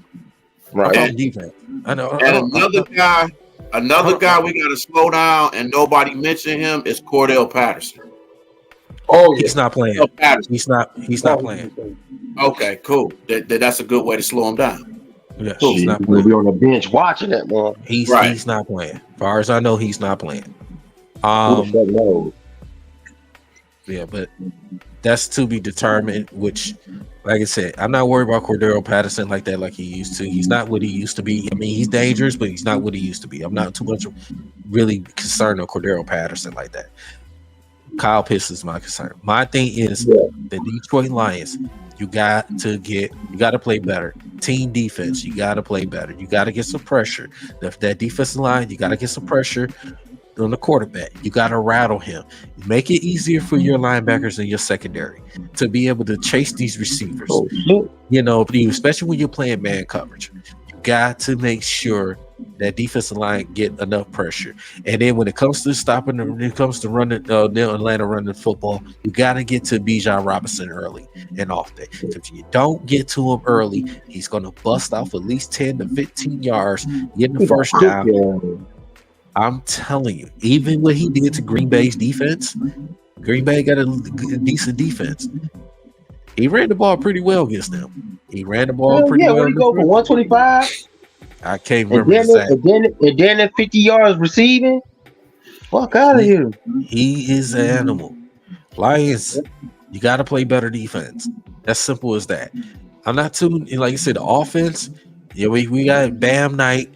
You know, we got him. You know, now. So, I mean, my things with the running game, I don't want to see Jahmyr Gibbs running between the tackles a lot. He's not that type of running back that's going to run between the tackles. You need to hit Jahmyr Gibbs, put him in a good situation. You got him, you know, get him out on the flat, get him some plays for him so when he catch the ball, he can get downfield and get first downs. Right. You don't need him running in between the tackles a bunch of times. He's not that type of running back. And please, Lions, not to cut you off, but please, Lions defense, please complete your tackles. Please tackle correctly. Please. Correct. We can't have these soft two-hand touch shit. That shit ain't gonna work. Correct. You can tackle. Absolutely. Jared Goff, I'm not worried about Jared Goff. Jared Goff is playing absolutely well. He's been playing good. People say, oh, he threw the pick six. Listen, the man threw 300, almost 80-something pass attempts before he threw that interception. And even that interception was not his fault. And we all know that. Jared Goff has not been turning the ball over the 11 games he had, you know, dating back to last season. Jared Goff has not really been turning the ball over. That's just simple as that. He's been taking care of the football. And that's what you need. A quarterback that can take care of the football, not making silly mistakes. That's how you win a lot of games. And almost, I know you looking at me, looking to have your head down like crazy. But he reaches down for that Modelo over there. Yeah, he and that cheeses, you know that. But again, no, I drank my Modelo day before yesterday. I do got a beer in there though, but ain't no Modelo over there. I'm gonna get it. Yeah, listen. Yeah, bro. Fucking alcoholic, dog. Hey, no, man, that situation happened on the weekend. Oh, okay. You drinking your life away. So yeah, that's what I'm gonna take with this Falcons Lions preview. And my score, I don't think it's gonna be high as everybody think it is. I still say the Lions gonna win, but it's gonna be a field goal. I got 20-17. Okay. I got 20-17. It's gonna be a close game. And it's gonna be it's the Lions defense still gotta need a lot of work to be done. Needs a lot of work to be done. But you can I'm gonna say this. If this defense doesn't get it together, doesn't improve before the 5 week comes up, they're in trouble. You might be in trouble. Yeah. Oh, DC and Breed, I'm glad I got y'all in here. What's good? What the hell happened? What you mean? What you mean, squad? Listen, we'll get into that in a second. We definitely got to, because we'll get into that in a little bit. This mainly in this show, we're just talking Lions today. I got you. So we'll get into that shortly, before the show ends. So, yeah. So, man, like I said, Lions Falcons. It should be a pretty good game. Definitely looking forward to it. Y'all guys looking, like you said, everybody man in this panel made valid points. Like I said, got to play better. I'm scared. I gotta say this too. Shout out to the Lions for putting that Barry Sanders statue up there. That bitch is fire, bro. Kobe gonna have Kobe better take note. They gonna have to step their game up for real. They already in the worst with that Kobe statue anyway. So I mean, it's LA. They gonna have to really step they shit. That Barry Sanders shit, I almost want to drive by a gas all the way out to go see that motherfucker. Cause that bitch fire. I was like, oh. Only thing I feel inside, I wish it would have been at least 10 years or more sooner. I wish I thought he was. Yeah, he deserved it 10 years ago. He deserved it almost 15 years ago, almost 20 years ago. He deserved it when he left. And my thing is though, the next man should get a statue, Calvin Johnson. Oh, yeah. He will. Yeah. And then Matthew Stafford deserves one. I give Matthew Stafford. He deserves one because he tried to. Do you remember when? Okay, last season. Do you remember he was trying to fucking put us in the playoffs? He wanted to give Detroit the best gift he could ever give our ass and put us in the playoffs. Even though he probably figured like shit, they gonna get smoked by the Niners. Hold on, Dante. Stafford was hurt. That's why he couldn't. I thought he was cleared to play that game. No, he was hurt. That was Baker Mayfield. That you mean Baker ass crack ran in there fucking blew it. Hey, Daryl, you gotta say it right. Baker Trashfield. Stafford was hoping he was gonna be healthy enough to play, but he couldn't. He did kind of come up. And I know he was in the mud punching the wall like son of a bitch. I just Dante did not ever say put a statue of Matthew Stafford in Detroit. Man, be possibly roaming around. Man, I'll say that to Man Beast, man. He deserved one. Fuck that. Man Beast need to get over that grudge shit. You grudge because that man Winston Wilson won. I told Man Beast shit, I wasn't sitting for no fucking fourth rebuild neither. Fuck, I'm gonna keep sitting right babysitting fucking receivers. I ain't got time for that shit. What the fuck? I'm getting old as fuck. I'm about to be 40 trying to win a ring. I'm about to be Mr. Charles Barkley. This motherfucker be trying to talk shit about people with rings and be looking stupid. Hey, like, but we got one. I'm gonna tell you somebody that need to get a statue and he don't get the respect he should. It's Herman Moore. Yes. Herman Moore. Had one. He should have been had one though. He should have been had one around the time Barry had one. Yeah. No, can he get into the Hall of Fame, please? Please. Herman? Please. Herman, whoa. Yeah, Herman still ain't got to the Hall of Fame? Nah, he still ain't in Hold on. I saw it on, I think it was either Mike or one of those pages that Herman Moore has been nominated for the Hall of Fame. Oh, damn time. He should have been way long time ago. Fuck is they waiting on? Christmas? Shit. Yes. Yeah. And the thing is, he don't get the credit of the wide receiver that Jerry Wilson got. Herman was a monster, bro. Yeah, exactly. Him, Barry, fucking Chris Philman, fucking Luther Ellis, Robert Porcher, Johnny Morton. Damn, what the fuck is they waiting on? Christmas? Yeah. Fuck. You look at Herman and you compare him to guys like Rice, you know what I mean? He was just as good as those guys. For some reason, he didn't get the same respect. It never made sense. Like, what, they gonna wait till he dead to give him one? Fuck. Damn. Gonna wait till I think Lomas Brown should get a statue too. Yeah. Who? He's one of the best linebackers. Yeah. Oh, okay. I think Lomas should be in the Hall of Fame too. Yeah, he ain't in there neither.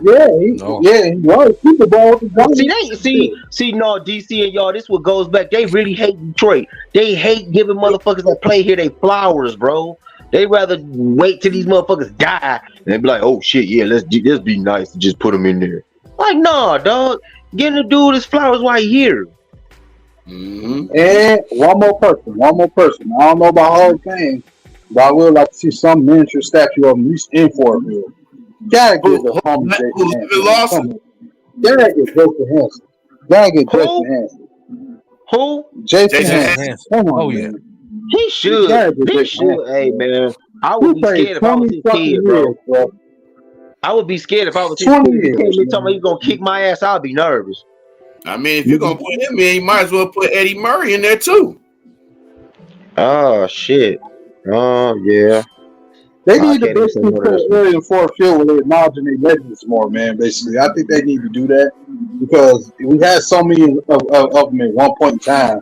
You can even look back at Bronco Billy. Like he created that whole leaping thing for running backs that you saw Drake Bell do, that you saw the running back do. He made that happen. And like to me, he don't get this. He's the 24-20. So a lot of them do need it, and the sack leader, the real sack leader, Butter Baker. You know what I'm saying? You gotta think they need to make like a hall somewhere inside Fort Field, like a mini museum that acknowledges all their Hall of Famers. I don't think they have that down there. I've never seen it walking around there at the weapon. No, you not, man. Shit, you know how they do the Lions. That's it. You know how they do the Lions long. They'll sit there, they'll put their name on them damn little slides at the top of the damn by the suites and shit. That's why you see Barry Sanders over there. His number be over there. He just got a damn statue. Shit, he should have been had one. Shouldn't have had to wait this damn long. And then what if he would have died or some shit? Then the mother be looking stupid as hell. Like, oops. They gotta be real just gave us shit. Man, boy. It's crazy. Yeah, it is. Yeah, Jason, you right. Jason Hassan do deserve one. Shit, he kept us in half the games we played. Shit, well, for him, we wouldn't have been winning half the season. Shit. That's real. That motherfucker scared me, though. Like I said, if I was his kid, I'd be nervous. He couldn't come in the house talking about he gonna kick our ass. I'm like, no, you can whip me, bro. Absolutely. You doing 63-yard field goals, my dude. I ain't even trying to go there with your ass. No. Yeah, hitting them like Matt Prater or something. No, man, fuck Matt Prater. Every time he got the Milwaukee, we versus the Packers, he act drunk. Nigga missing 3 field goals in a row and shit. Like, what's wrong with dog? Like he drinking Tennessee whiskey in it? Man, I'll sell this whole channel to get Matt Prater back in the court right now. You ain't lying, dog. Story time. So I found out from my buddy, I didn't work that Cardinals game that we last played on. I was dealing with a 2 problem. So one of my trusted buddies that worked down there told me, Matt Prater, you could tell he miss it here. Like he just down there looking in the tunnel, just walking around, just like, damn, I'm gone. Like you could tell he did not want to be gone from Detroit. He said, what happened? Did they not give him a great contract? All he was doing was talking about memories. Wait, why did he leave? Did his contract run up and they didn't want to give him money? They didn't want to pay him enough money. They didn't have enough money to pay him because he wanted like $3-4 million a year, and the Lions only had like $16 million. Man, they should have gave that nigga that shit. The fuck?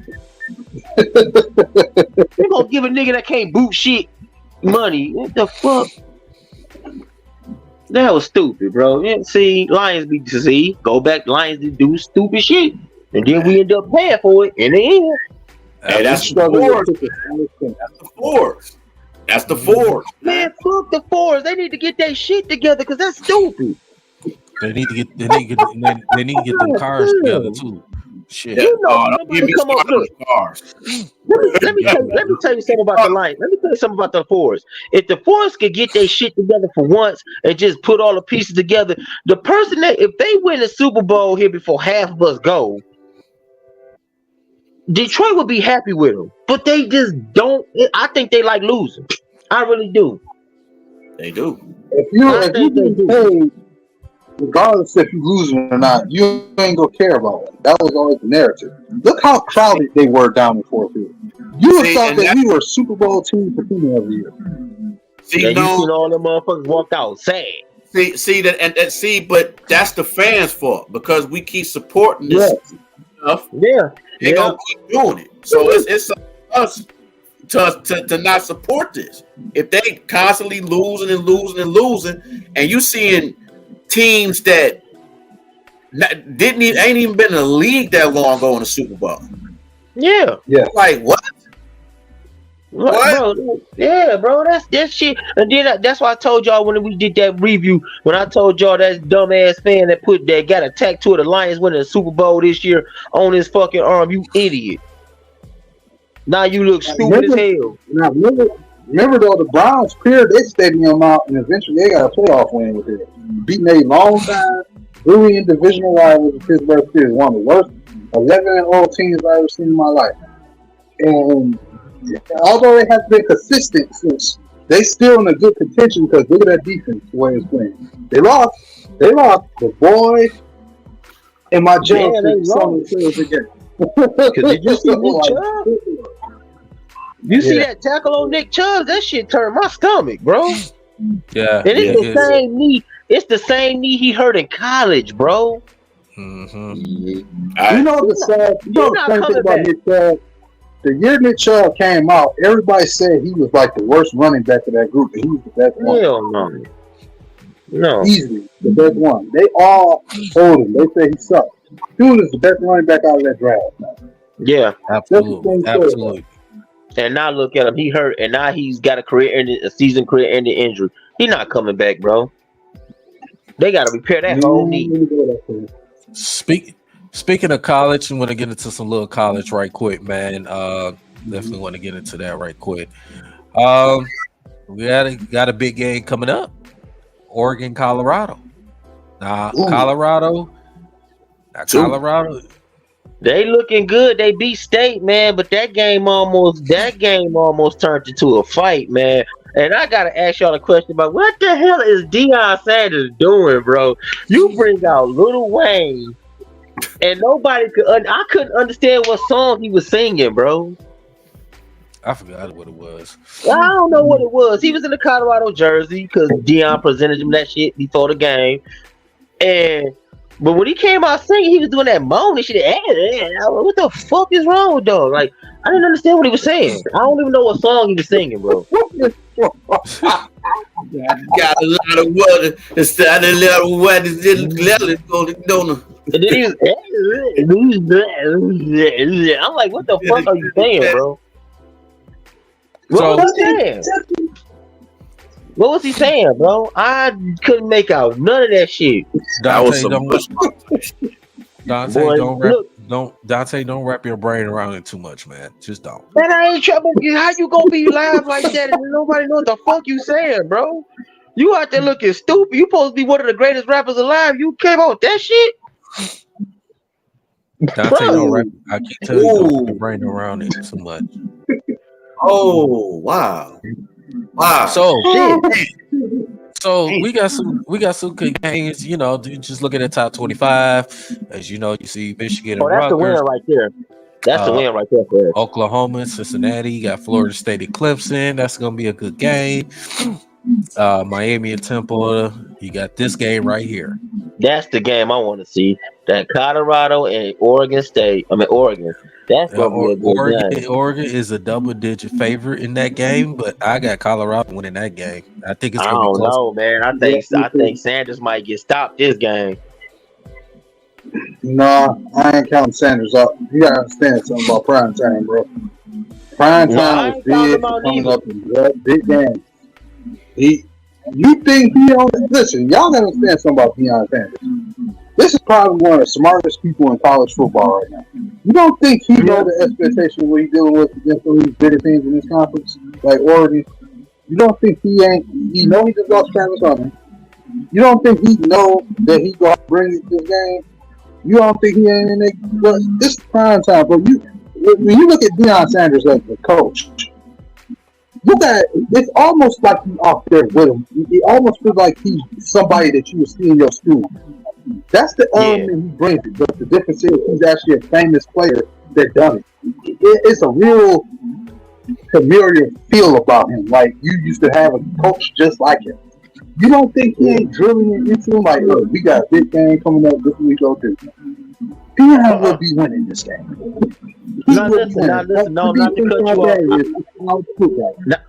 Not to cut you off, no. He did something. Now I do respect him, and this is why he's one of my favorites. I do respect him for what he did. Remember that wide receiver out there was having a horrible game, right? Mm-hmm. He went over there. He didn't scream at him. He grabbed him. He hugged him. He didn't scream at him. He just told him, "Look, man, forget about all the noise. Forget about the crowd. Forget about everything. Just go out here and play your game." That boy went out there and scored 2 touchdowns after he was already falling apart the first quarter. You gonna have to start looking at him like people did Nick Saban for a while. Yeah, he's a player's coach. He's a player's coach. The epitome of the pinnacle of what it means to be a player's coach. On top of that, and he just barely getting started. He hasn't hit his pistol. You gotta remember, normally this team wouldn't even be able to compete with the teams they just beat until he got here. If they doing this now, that's all I'm gonna say. Wherever he go, Brad Holmes and the Lions better be going there too. That's all I'm saying. Shit. Dan Campbell keep making the dumbass decisions he making. We ain't gonna be going no fucking way. No, I'm talking about drafting players, man. That's all I'm saying. But go ahead, girl. Yeah, so and that they got the like I said, the Colorado, Oregon. That's gonna be a huge game. This Alabama, Mississippi, which the SEC plays. Starts and then you got this Duke, UConn, UCLA, hey, what about those two teams? Tennessee. That's the easy wins for both Florida and Tennessee. LSU, should be a win. Oregon State and Washington State, that is like it's gonna be a good game. That's gonna be a shootout, bro. That's gonna be a good game. You see Texas, number 3 Texas against Baylor. That should be a good game. Iowa and Penn State. That'd be a good one. Iowa, I'm gonna tell you something. Iowa dodged a couple of bullets in their games. But I think this is where it ends right here. Oh, they're gonna lose to Penn State. They're gonna lose. Yeah. So, and this game right here, this is the big game. The School of Columbus versus Notre Dame. The School of Columbus. We don't utter that name. So on this show, we don't utter that name. So that's an easy win for Georgia. Yeah. And North Carolina, Pittsburgh, that should be a good game. Washington should easily win that game. USC should easily win that game. So those are week 4 of college football of the week. So like I said, it's a couple days. Y'all team don't play this year? Y'all team don't play this week? Yeah, we play. And speaking of, we play Maryland this week. That's an easy win for y'all. I don't know about that. Don't know about that. Where the confidence is? No, listen. Maryland been on the radar, bro, over the last 2 years. Where the confidence is? No, it's kind of the thing is Maryland is a good football. See, look, they're my damn cats now, dog. Oh god. Look, you like, man, leave me alone. So my boy, he like, man. Speaking of Michigan State. Oh yes, let's get into this shit, cause speaking of the Michigan State, god damn situation, and I'm just gonna talk a little bit about it, and I can get into the whole entire segment of it about this whole situation. As you know, Monday, that Mel Tucker was terminated by Michigan State. He was terminated, which he was supposed to have which they still supposed to have a hearing on October 5th and the 6th, which that, Michigan State, to me, I say they was wrong for terminating him without for the hearing, saying before the hearing happens, which it was an unfortunate situation, which, Michigan State, say he has 7 days to pretty much to respond to the notification that he was for being terminated, which he responded a couple hours later, and it was just like, let's be, in so many words, in Tucker's statement, he claims firing was a miscarriage of justice. It came because of Miss Tracy improper public disclosure, the entire 1,200-page investigation file regarding her baseless complaint against me. Let's be clear. I don't believe MSU plans to fire me because I made it to an entirely consensual private relationship with another adult who gave 1% at MSU and my behinds over 2 years.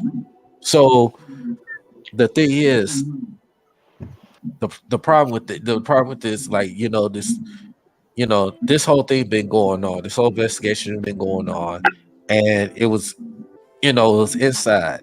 And now for USA Today linked it out, and then Hey, cut it out. MSU, God yeah, damn it. for MSU My to bad. leak it out, well, to USA Today to leak it out, they MSU want to do something about this now, and it's just kind of crazy. Just like you want to get rid of Tucker. Yes, I know he did. He put himself in a situation he should have got into, but you also got to too that you to get this. You took it upon yourself. MSU you want to let him go before this hearing, but this, he, say put his, his complaints and his statements out, but y'all want to take her side, more. We all know what this is. Yeah, but we all know what this is. We all know. But you gotta look at it too. Yeah, you're right. They taking her side, but ain't she a white woman? Yeah. Well, there you go, man. I mean, that's what I said. That's what I said. You know how it is. If she say we put our hands on her and we know damn well we ain't do it, they gonna look at us like, nah, dog. And that goes back to what I was saying when I was like, well, shit, is she a girl too? And they finna go to the dude. She could be whooping the dude ass, and the dude can just push her and defend himself. And before you know it, he in trouble. And I'm gonna say this too, before I let y'all get y'all takes in. I'm gonna just say this, that Michigan State has been through a lot with this whole scandal situation, for the Larry Nassar, saying all this stuff. The thing is, it's putting a bad rep on this university, man. For nothing that's going on. Even if Mel Tucker situation gets, he's, they find he was telling the truth with this whole situation, it still puts a bad rep on this university at this situation, because the simple fact, if you want the guys that you're trying to recruit, whoever's the next coach is, you get some of these, the recruits, they're gonna be feeling uncomfortable wanting to come to Michigan State, where their parents gonna be feeling uncomfortable having their kids going to Michigan State. Yeah. You know what I'm saying? Play for this football team. You know what I'm saying? Or be a part of this, the university, study at the university. So, like I said, the hearing is coming up. Mel Tucker, he immediately, did his little grievance on his part of why he should not been, then terminated. And like you said, I'm just looking forward for this hearing, October 5th and 6th. And that's how I feel about it. We know this. To me, this man has got it's a setup. They want this man out of here. They couldn't fire him off. They couldn't fire him because of the clause of the contract and stuff like that. They know they couldn't fire him like that. So now they try to, go the different direction of trying to get rid of this man. Now you want to get rid of him for, then to give this man an opportunity to give his state his case in his situation. But y'all listen to Miss Brandon Tracy. We know what this is, and I'm gonna leave it at that. I'm gonna let y'all guys take the floor on that right quick before we end this show. Well, I'm gonna say this, man. Like you said, we go back to saying it again. He put himself in this position. He's a grown man at the end of the day, and you know how they look at women when certain shit like this happens. And like y'all said, y'all have had tragedies in this place. Like y'all had all type of, and yeah, you right. It's gonna make a lot of kids that want to be. They might want to play for the school, but then their parents go like, nah, man, like it's too much tied with that. It's too much going on over there. And you know what I'm saying? They gonna want to steer them somewhere else. You know what I'm saying? And I mean, y'all alumni is not a bad alumni. Period. Y'all had a couple, like I told y'all before. Y'all had a couple of greats that came out. You know what I'm saying? That some of them are still playing today, some are not. but y'all still had a lot of people come out of there, and it's really sad when you look at it because, like you said, he put himself in that position, and he know. I mean, Michigan State wrong too because if y'all knew this guy was such a mess up, and y'all knew he wasn't giving y'all what y'all need throughout these seasons, why give him the big bag like that? Why try to keep him and then say, "Oh shit, we made a mistake," and then y'all start digging in y'all bag. Oh, what can we do? What can we do? That's what I see. What you're saying with that, DC. They was digging in their bag to find out what the hell they can do. Like, what can we do to get rid of them? Because, like you said, they just couldn't fire them. They just couldn't do that. You know what I'm saying? They just because they would have to have a real solid reason why. Correct? Yeah. And that's what happened with this situation. Now I do agree with y'all. She was wrong for waiting a long time to bring this out. If that's happened, like I'm gonna go back in the words of what Sergio said in the last video. He said if that was his daughter on the phone and a man is pleasuring himself while talking to her, why wouldn't she just hang up the phone? If you feel that uncomfortable. And then why wouldn't you report it right away? Why would you wait till almost? Y'all said this incident with that happened back in February, correct? She filed a complaint back in December of of last year. Okay, but y'all said the situation happened way back in what, February that year? Yeah. So why wait that many months to say, "Oh shit, well he did this"? And, you know, yeah. And y'all got to think too. The courts are going to look into that situation. They're really going to look into that situation, and they're going to do a lot of digging. I think that's why they digging. They trying to dig all the stuff out before the hearing, because they got to come with something. Yeah, y'all. Hey, look, and you know, Man Beast is a U of M fan too, and he even said, man, he said he feel like that was a money grab for her. I mean, got to think about it. Yeah, that was a money grab for her. Like, you know, huh? No, go ahead, finish your thing. I'll just go next. Yeah, but it was a money grab for her. I mean, sometimes with situations like that like goes back to what DC says. It goes back to what DC said. I'm gonna keep burning into people's heads. You are a grown man. At the end of the day, you shouldn't have put yourself in that situation. Grown ass man, you know, you under this team like a microscope. They could find any little thing. Like it goes back to when I told y'all about that Matt Patricia story. Remember when he got here? They did the same shit to him. They brought up some shit in college, then come to find out it wasn't even true. Then, like I said, you didn't hear nothing about that again. Nothing. But Dante, what is the difference between this and that? The difference between this and that, they said back then Matt Patricia supposedly had raped someone in college. Yeah, exactly. That's what I was getting. That's what I was finna get at. You said what's the difference? I was finna get that. The difference is their skin color. Major difference.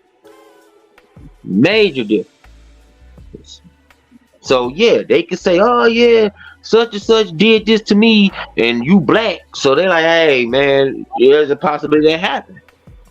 And then there you go. But if you a white guy, man, yeah, you gonna get away with it. Like you gonna get away with it. Like, I mean, some of them wasn't fortunate to get away with that shit years later. They had to wait years later. But by then, it's like, hell, how you gonna put him in jail for it? He gonna die in like 10 years. You feel me? Like I heard Sylvester Stallone did some foul shit. Heard Arnold Schwarzenegger did some foul stuff. Heard all these cats did foul shit. And it don't get brought up to decades later when they about to be shit. What Sylvester Stallone? What 60-something years old? Almost 70. Mm-hmm. Arnold Schwarzenegger? What? Almost 70. Mm-hmm. Like what you gonna put them in the can for? You gonna put them in the can and they gonna die in the can. I mean, well, you know they did that to Bill Cosby over Trump. So. Yeah, they did that to Bill Cosby. They put him in the can, bro. Like, yeah, get your ass in the can. Hey, Sylvester Stallone, 77 years old. Right, and they said he supposedly sexually assaulted a girl too. So and what's name was with him when that happened? Arnold Schwarzenegger was with him when that happened. So, but you don't hear nothing about that though. Kevin Spacey was messing around with an underage girl. You don't hear nothing about that. You don't hear nothing about that. They don't push that in the face. But let one of these black coaches or guys do that. You're gonna be exposed quick. Because like I told Sergio, I said, because he was asking me, he said, "What's up? You think that's why you think they attack?" I said, "Listen here." He said, because we Hispanic and black people. I said, yeah, they get it the worst. Because think about it. How many black coaches? How many black coaches are in the NFL right now?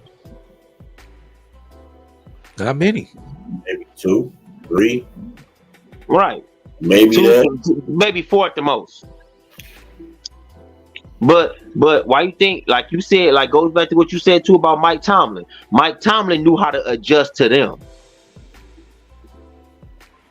I sit here, if I'm around my teammates and it ain't no, I'm gonna sit here and cut up with them. But when we get with these cameras, I'm gonna put on my best behavior because I'm not gonna get caught up in that bus where they gonna snatch me out of the job. And the part of that too with Mike Tomlin is because, like you said, he knows when to keep it professional, and he knows when to get grimy, and he knows, and the two that he's been a winner. He's been in 2 Super Bowls, won 1, and on top of that, he never had a losing record. It's always been 500 or above. And you know how the Pittsburgh Steelers are. They don't fire coaches. You said that. They don't fire coaches. They had 3 coaches out their whole NFL career. There you go. Nomus. Yeah, go ahead, Nomus. I want to hear Nom. Dante took a big part of it because I was saying, like, you know, obviously, you really got to give two blame to Michigan State. If we, like right now, if we in the same position, we coaching, we ain't making what he making. You know, obviously, they could just she would have been said something because she's like, she ain't got nothing to gain. School know it. You know, they was wrong for paying him that much money when they needed to see some more consistency from him to see if he can keep the team afloat.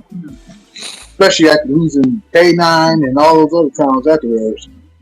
You rushed to trade this man, and then now you don't even want to be loyal to it because you know you rushed and made a mistake. You stayed with him, take your time, let him earn it more consistently. You know what I'm saying? I call him a bad coach, and I understand. Like, let him earn it more. You paid him, rushed and paid him. Now you want to stick your foot in. So all 3 parties are to blame. At the end of the day, he wrong. She definitely wrong. And Michigan State is definitely wrong. They shot themselves for that. Yeah. At the end of the day, and at the end of the day, you know, I don't like Dante said it best. You know, country of course they gonna ask why not say nothing. I don't want to hear about no fear. I don't want to hear about no threats. I don't want to hear that because don't sound like nobody was scared about anything. I don't hear none of this old had mess because at the end of the day, it takes 2 to tango. Yeah. And at the end of the day, you know, as much as I know people want to blame Tucker for putting stuff in situation, you know what I'm saying? Yes, there is could be blamed for that. But at the end of the day, we know this is race politics.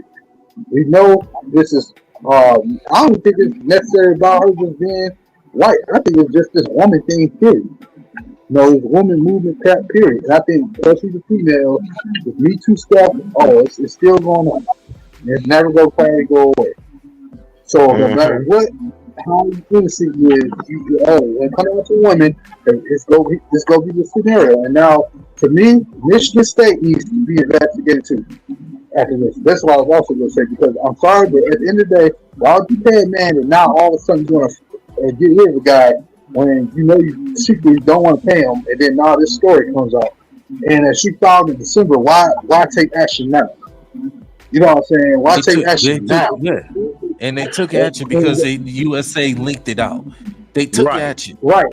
So why y'all snooping on the rug and now trying to throw him under the bus? So everybody throwing him under the bus.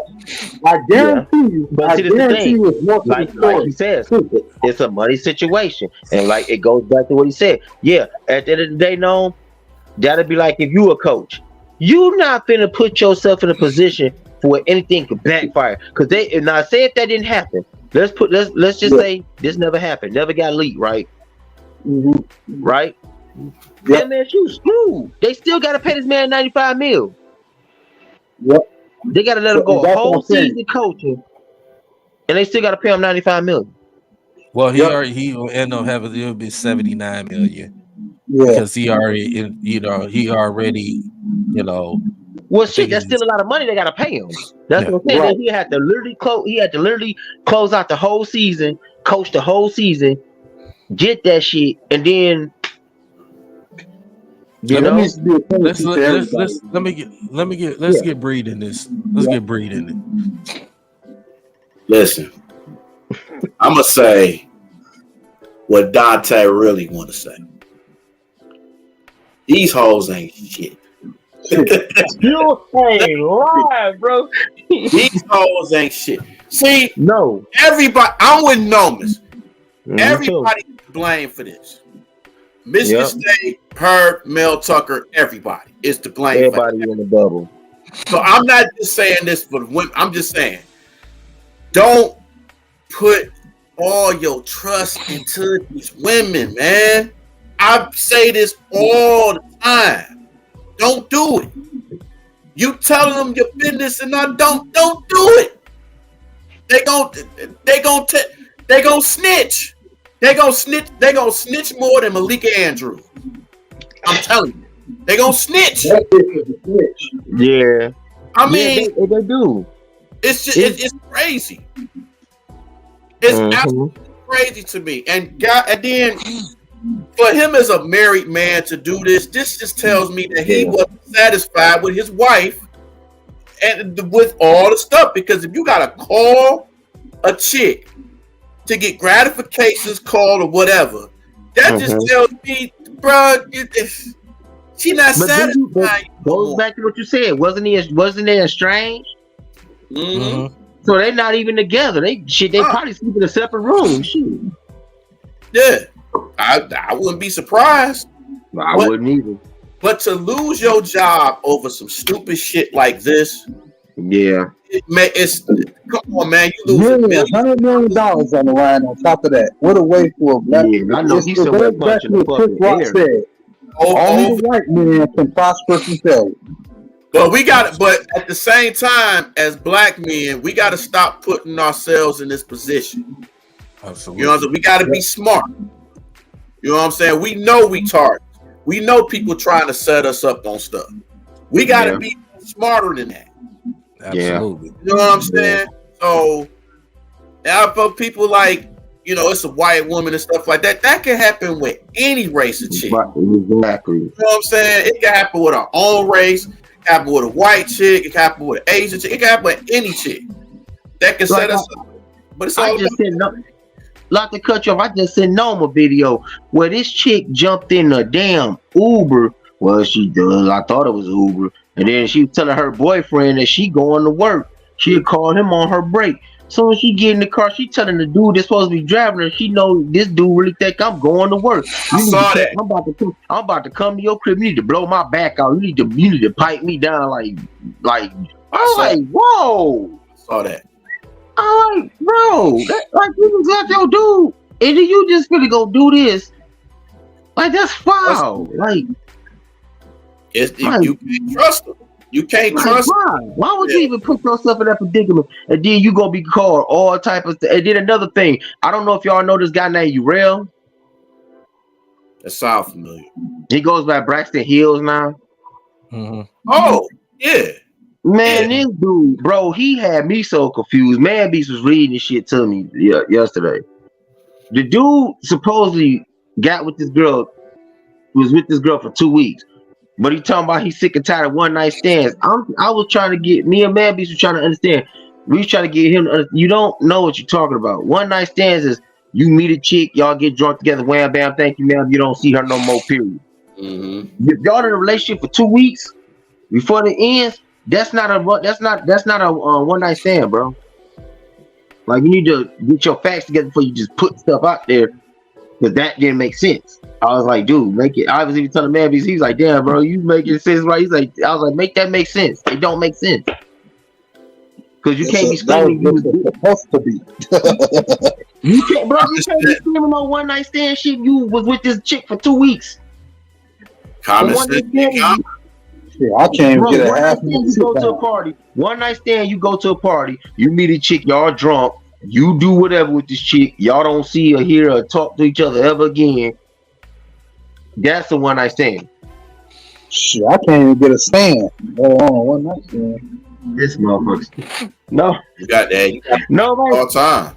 You don't know if somebody's slipping something in your drink or trying to Right. say. Man, you gotta take your drink to the bathroom. When you in the bar, in the clubs, you gotta take. They be like, "What you do, bro? I ain't stupid." Mess around and be on some Rick Ross. Talking about, I popped the Molly and she ain't even know it. Nah, bro. Hell no. Can't do Hell that. the fuck no. Can't do that. No, fuck that. It's a setup to happen. And it's Yeah, just so he set himself up. He set herself up because now she not gonna get the bag from him because he lost the bag. He lost his wife pretty much. mhm. No, you know what? That's Y'all another thing I lost was trying to anyway. say. I feel like the court should force the Michigan State though to still pay on these assets because y'all knew y'all got a real reason why y'all won it. They gonna be able to tell there's something behind it if they really do their research. Y'all shouldn't force him to miss the rest of that money because of that situation. He can still at least get half that contract left and be forced to take ad closing because the fact of the matter is y'all fault for giving him that deal. Yes, y'all didn't know that he was gonna do what he did, but at the same time when y'all realized it, y'all tried to snip it under the bud low key. And then somebody else had to snip it out. So don't try to now act like, okay, get it out. He should be forced to still get some of that money back. And then they need to But force this the on reason themselves he's and get not. it his time. This the reason he's not gonna get it back, and this is why. And this is gonna be the I'm truest sure thing. all of it, but some of it. This the reason why he's not even gonna get some of it back. They looking at the situation like this. Yeah, we gave you the money. We expect you to have it. We expect you to do your job. Now, what you do in your personal life, okay, cool, whatever. But that wasn't supposed to come out. So when it came out, they had to react on it because USA Today put it out. So now USA Today looking at Michigan State like, hey, what's up? Why is this going on? Now this man, who's the leader of a football team, got to sit here in the spirit and say, go back to what DC said. DC said that man admitted to doing it. And the reason why he admitted to doing it is because he know they was going to pull up them phone records. Mm-hmm. They pull up the phone records, which they did. Why you calling? Why y'all having conversations at around 10, 11 o'clock at night? These are bedtime hours. Everybody in the bed by then. Mm-hmm. So why y'all having these conversations? And he had to admit to it. And that's where they had a personal relationship goes on. That's why I asked y'all the question. I was trying to get, because y'all closer to the story than I am. But so that's why I was trying to ask y'all, what was really said? Like, did they have a personal relationship? Was they just business associates and it got personal, or was they personal? She was an honorary captain, said she was an honorary captain for Michigan State for the, whatever. She was, of course, she's a for an advocate for sexual abuse, the situation, her story that happened many years ago with what happened to her. So she goes around different universities speaking those type the sexual abuse situations, advocate. She's an advocate of that. Mm-hmm. So by she's came part of the honorary captain, which speaks about it. But the thing is, with Mel Tucker, you knew that she's an advocate of that. She's been through the situation, and not to cut you off. You know that you cannot put yourself in that situation, especially with a woman like her that she's been through a lot. She's an advocate of those type of situations, and then not thinking about that. Yeah, but that's the thing. That's the problem. Yes, she is. Yes, she is. How was she? She not thinking about that because you got to think about it. Somebody in that situation that has something really you can't even damn near touch them women weird because it'll trigger some shit.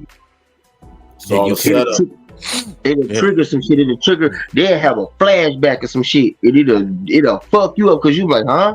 You could just touch that woman's knee. You could be just graze that woman's knee with your finger, and if if some situation happened, whatever to her, that's gonna trigger that shit. She's gonna be like, oh hell no. Like That's why I always tell people, do not fuck anybody in your job. Never. No, hell Any no. way, shape, or form. I know that personally. I will never do that shit again. Never. You know that personally too. Oh, Never. yeah. So see, he knew. See, this is what Mel Tucker messed up at. You knew she was an advocate, right? You knew she been through some shit, right? Why would you even get on the phone and bring some stuff up like that up, and you know she ain't? Because I'm gonna tell you something. She probably wasn't even thinking about that shit. Even then, she was thinking about it. You still, like you said, Mel Tucker again. You can't put yourself in that That's situation. big, right? You can't put yourself. But like I said, you know what? We got a little more story to talk about, man. You know, it's more to talk about. You know, what I'm saying like this show was today. It was really more about this whole Lions thing. Just really, Right. you know, just want to talk a little bit about this right quick. But yeah, this is more of the things about the Lions, man. So we came in over about 2 hours of the show, man. This has been another great show today. Another great show, man. You know, so we're gonna start going ahead with these final thoughts. Dante, I'm gonna start with you. Let's go ahead with your final thoughts, man. Final thoughts is on the Lions situation, whole situation, man. Just go out there and fight, play some defense, please. Please make your tackles. Please make your tackles, bro. Because we can't be out there. We was looking like kids out there, bro. Like you can't be trying to tackle these grown men like kids. That ain't gonna happen. It was so many broken tackles in that game. It was unreal. So go out there and play. And Dan Campbell, please, please, please do not put Will Harris on the field. And please, please, please do not put nobody in a position that they do not play currently. If they not a DB, don't put a damn corner at a DB. Don't do that shit. Don't. No, that's my final thought, man. Just go fight and win. No.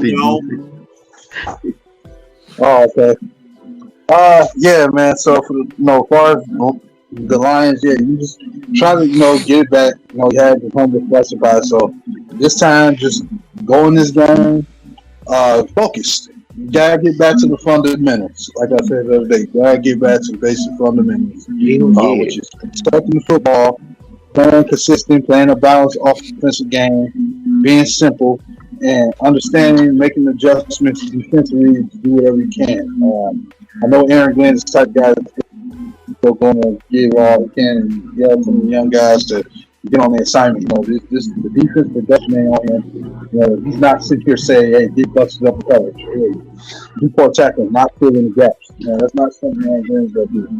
So just keep to the fundamentals. Then this is on him. He has to make sure that the fundamentals are established in that locker room, and voices are being heard by the coaches. He got to make sure that they are all settling in and taking this thing a little more seriously, and so they can live up to what we all think they do. And just play your best game and play together. Put a good game together. Put together a product that you got to work with. Forget whatever happened last week. You got to nip that in the bud and move forward. So, and then we'll see, of course, what happens in there. And with that being said, yeah, that's my final thought.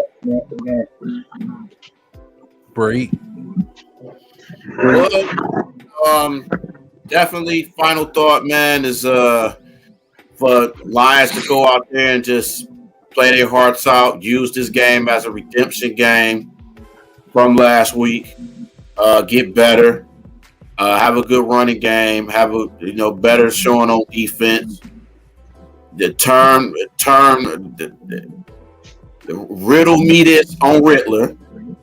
Please turn the Riddler into a Joker. But it's just get on it and just stay focused. You know what I'm saying? And then for the fans, man, just show up and show out. So come out just like you did last week. Yell, get on the Falcons. If you want to wear your ski mask, wear your ski mask. Then it's up to you. But show up and show out. Try to just show that you really are a Lions fan and just show support for this team. and let everybody know that we Lions fans and we here. We support this team through thick and thin, and we're gonna win this game. I'm predicting right now we're gonna win. Yeah. And then all the other stuff that's going on, man. Just stay positive. Yeah, because the season ain't over. It's not over after 2 games. No. Just relax. Just like what I told Nomis. Relax. It's okay. What you do? It's gonna be fine. It's okay. But I'm not just saying. I'm not just talking about I'm just saying to the fans to just relax. It's okay. Deep breath. Do it. Go have some cheeses and Modelo's, and you're gonna be just fine.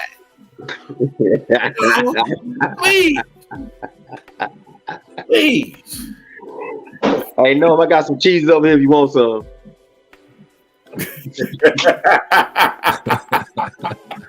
I got some cheeses too, man. So you more welcome. Yeah, it ain't over now. Yeah, go ahead, Daryl. Go ahead, DC. All right, man. Final thoughts, man. I'm just keeping it short and sweet. Just keep it short and sweet and simple. Lions, limited turnovers, limited stupid mistakes. Play smart football. Get some pressure. Play smart football. I'm leaving it as that. It's week 3. Take care of business at home. Because after you take care of business at home, you got a short week. There you go. There you go. Just brought to you by I got a big ass multi box in there with Yo's, damn white cheddar, extra toasty, and snap. Brought to you by Cheez-Its. That's our XP sponsor. Why did I ever bring the snack on camera, bro? Why? Hey, DC started it, bro. I didn't even know about the Modelo shit. And brought to you by the sponsor, Cheez-Its. Cheez-Its. That should be our sponsor for the XP. Brought to you by I'm about to start coming on this show smoking weed. Oh. Yeah. Nah, because you gonna eat a whole box of them bitches and drink. You gonna be drinking, eating it because you gonna be dropping the weed, and then you gonna be definitely dropping them dry ass crackers. So that's when the Modelo come in. There you go. See. So yeah, those are the final thoughts, man, from my end. Like the great Al Davis always say, just win, baby. Just win. Yeah, please just win. Next man up. Next man up. Listen, it's been, like I said, it's been another great show today, man. Listen, man, we'd like to thank everybody that was in the chat. Ray Moore to On 16 to Andrew, to Melvin Drew, Go Lions, the guys, everybody that was in this chat today, man. We want to thank y'all, for showing love, what I'm saying, support. Go ahead, Bree. I just want to say this real quick. I just found this out. Christmas is adding a coach. Former player Hakeem Ward is joining the coaching staff as a scout for the Detroit Pistons. Okay. Okay. What? Yeah. So yeah, man. So it's definitely, man. Like I said, make sure y'all hit that like, subscribe with D313XP. Follow us on Facebook. We definitely gonna make sure to dropping consistent content. Myself, Nomis J. Bree.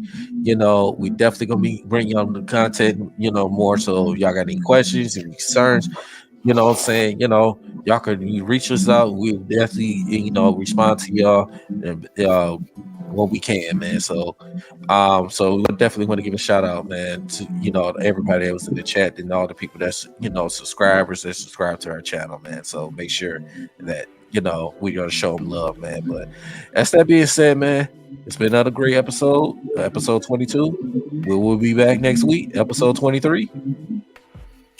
Sponsored by Cheez-Its.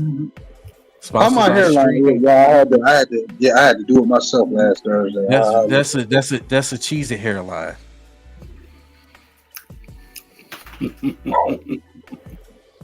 I hate y'all. That's a Cheez-It hairline, okay? That's that's that white cheddar heat and Cheez-It headline, okay? But but as that being said, man, take care of yourself and your loved ones, man. D313XP, DC1, Elmas J, Breed. We out of here. See y'all next Wednesday. Peace. Don't forget to shout out to the OnlyFans. Go Lions.